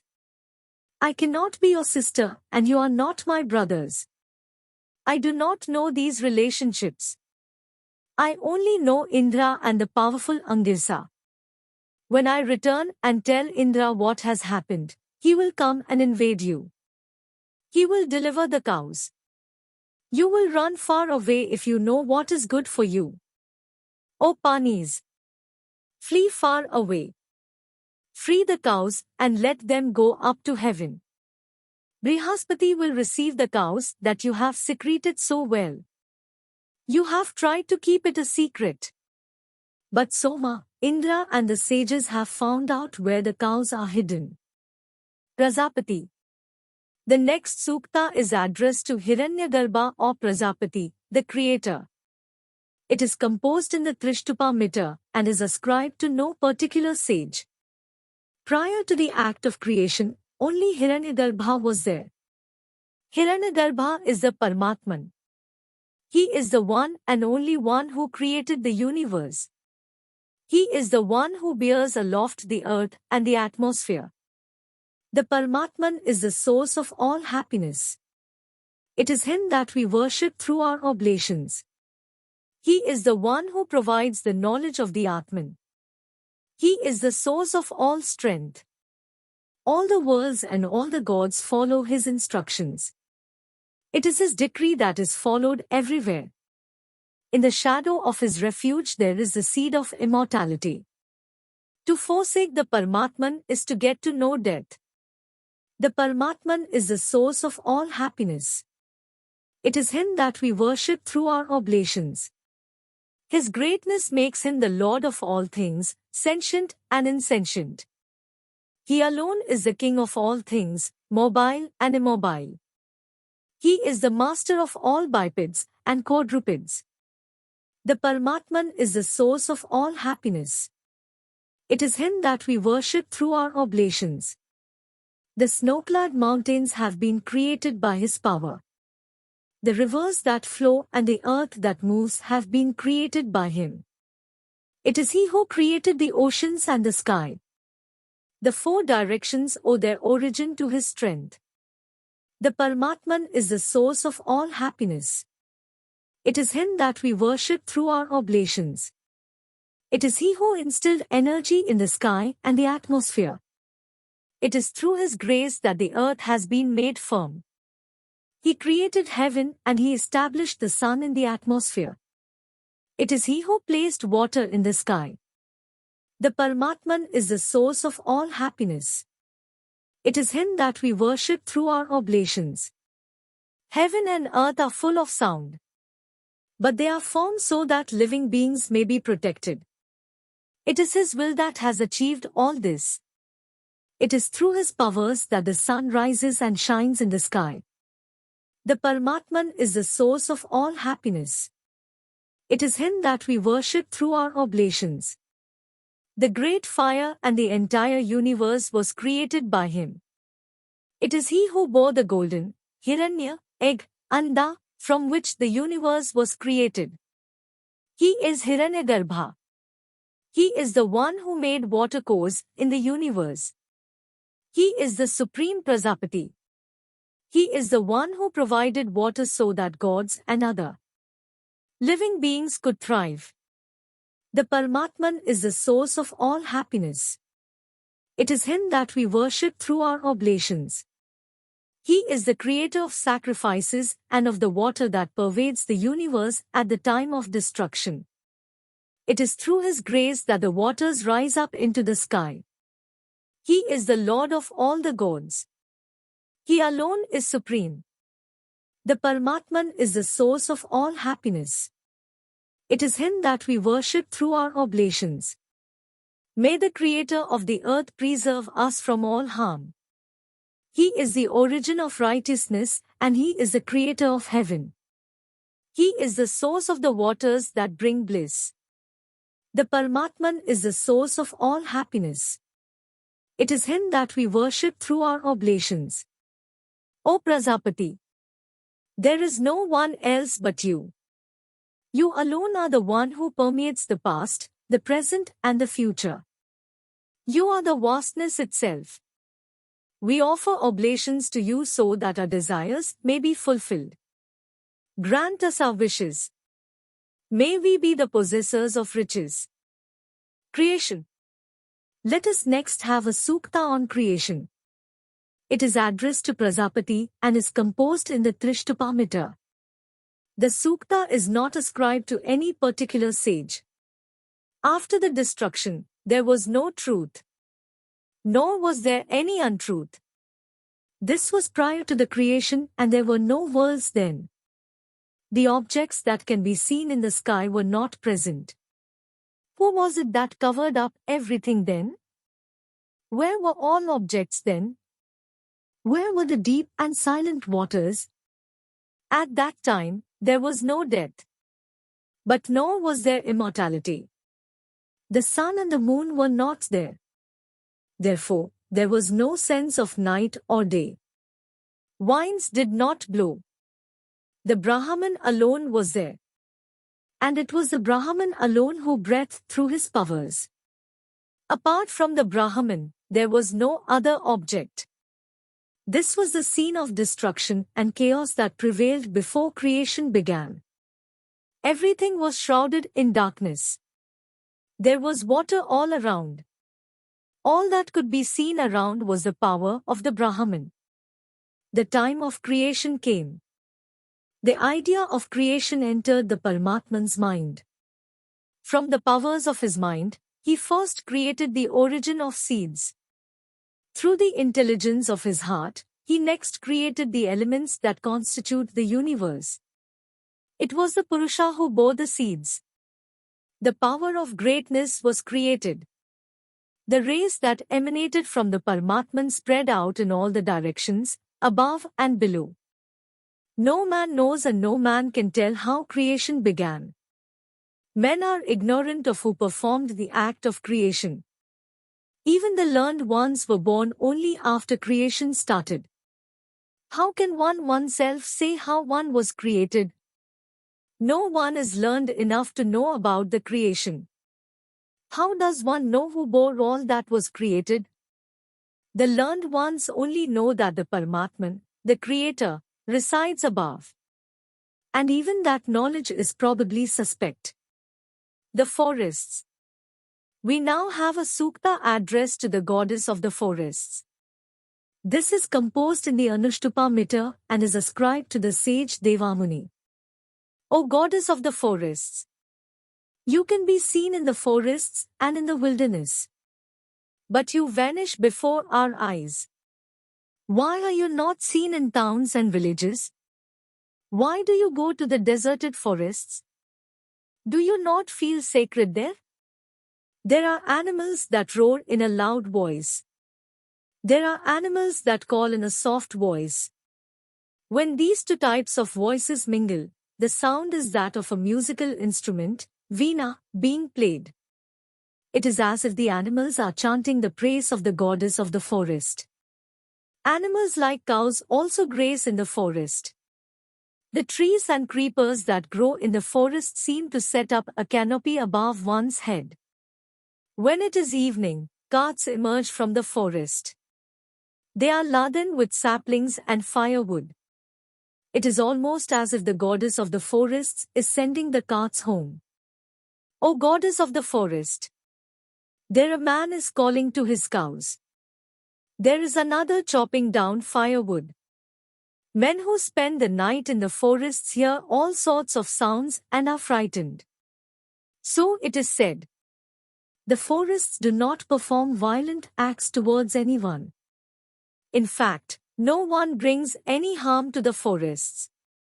The forest is the place where sweet fruits can be found. One can eat those and live happily. All sorts of fragrances can be found in the forest. There is food in the form of fruits and roots. The forest is a fertile region. It is the mother of the deer. Is it not natural that I should sing the praise of the goddess of the forests? Shraddha. Shraddha connotes respect, faith and devotion, and in the sukta which follows, Shraddha is itself described as the sage to whom the sukta is ascribed. The hymn is composed in the Anushtupa meter. It is through devotion that a fire is kindled in every household. It is through devotion that oblations are offered at a sacrifice. We praise Shraddha. It is the best of all riches. O Shraddha! May the desires of one who gives alms be fulfilled. O Shraddha! Ensure the welfare of one who is generous.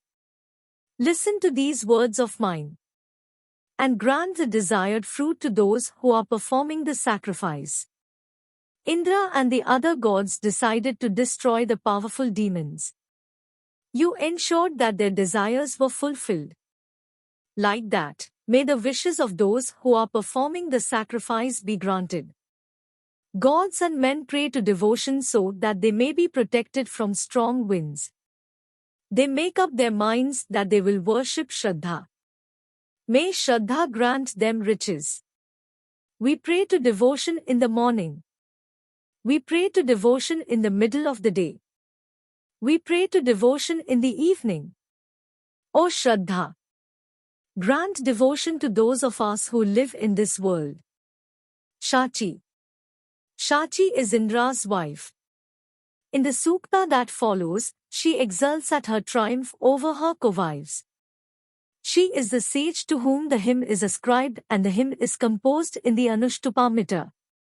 The sun which is established in heaven has risen. It is Indra himself who adopts the form of Surya. May my good fortune also dawn like the sun. I know my husband and I know that he will be devoted to me. I have the power to triumph over my co-wives. I will be victorious over them. I am the chief of the wives, like the head is the chief of the body. I am learned and rise above, like a flag. Even when I am angry, I can persuade my husband to utter sweet words to me. I am the one who triumphs over my co-wives. They will listen to me and obey my wishes. It is my son who will defeat the enemies.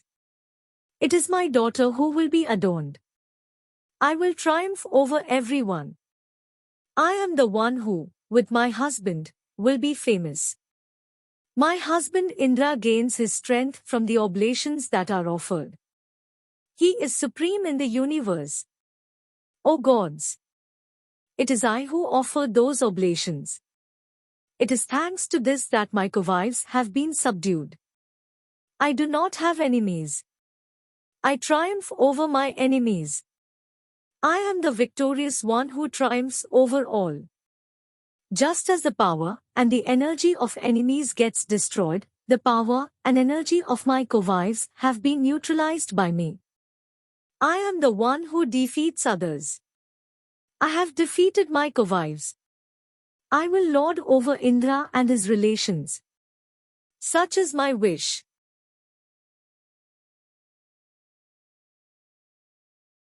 A charm against nightmares. We now have a charm against nightmares. This is ascribed to the sage Angirsa, descended from the sage Prachetas. The hymn is composed in a mixture of the meters Anushtupa, Trishtupa and Pamkati. O Lord of the mind! Do not cause me distraction while I sleep.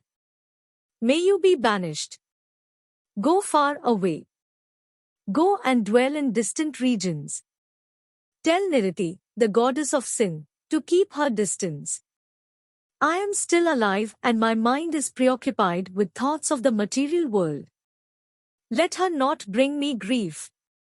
Niriti is the goddess of destruction. Everyone desires to have the best of rewards. And they do attain what they want.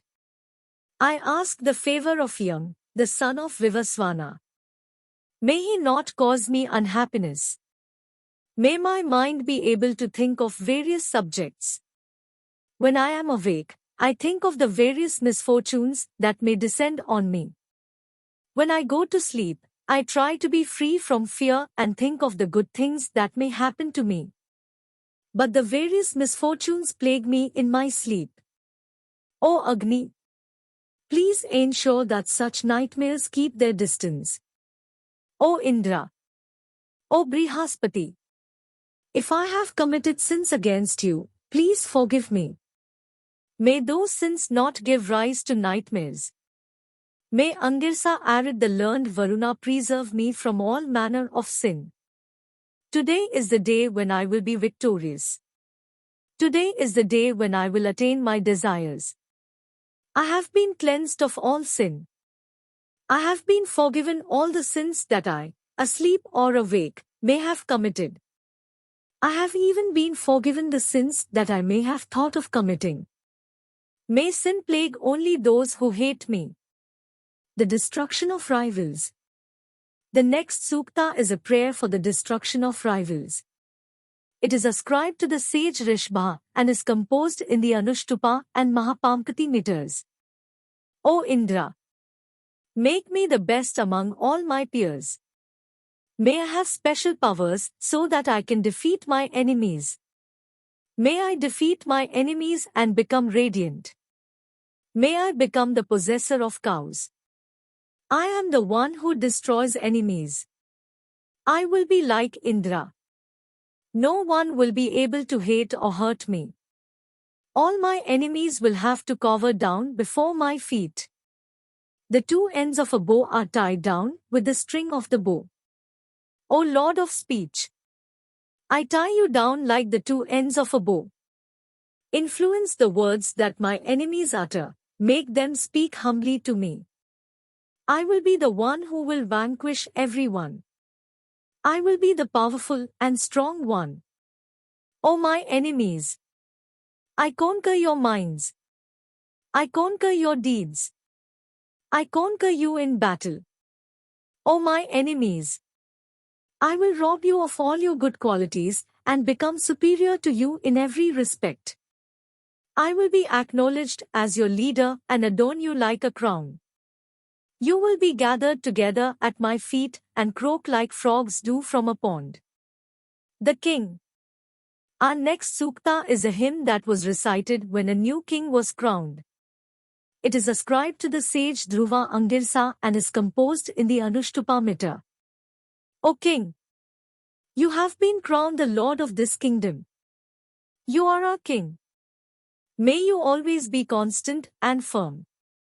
May all the subjects love you. We pray that you may not bring any harm to the kingdom. O King, may you be firm and constant in this kingdom. May you never be dislodged from your throne. May you be as firm as a mountain. May you rule on earth the way Indra rules in heaven. May you sustain the kingdom. Many are the oblations that have been offered to Indra.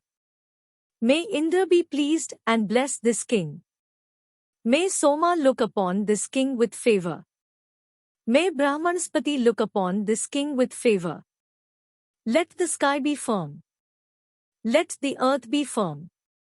Let the mountains also be firm. May the entire universe be firm. This king is the lord of his subjects. May he be firm. O King, the powerful Varuna will preserve your kingdom. Brihaspati is the generous one. He will preserve your kingdom. Indra and Agni will preserve your kingdom. You have made offerings of cakes. These oblations will please Soma. They will please Indra. Indra will ensure that your subjects pay their taxes. There are many other hymns in the Rig Veda Sanhita. We cannot hope to reproduce them all. But the sample that we have given you should have stimulated your interest. The Rig Veda is like a vast storehouse. If your interest has been stimulated, why don't you read the original text? And if you cannot read all of it, you should certainly read the 10th mandala.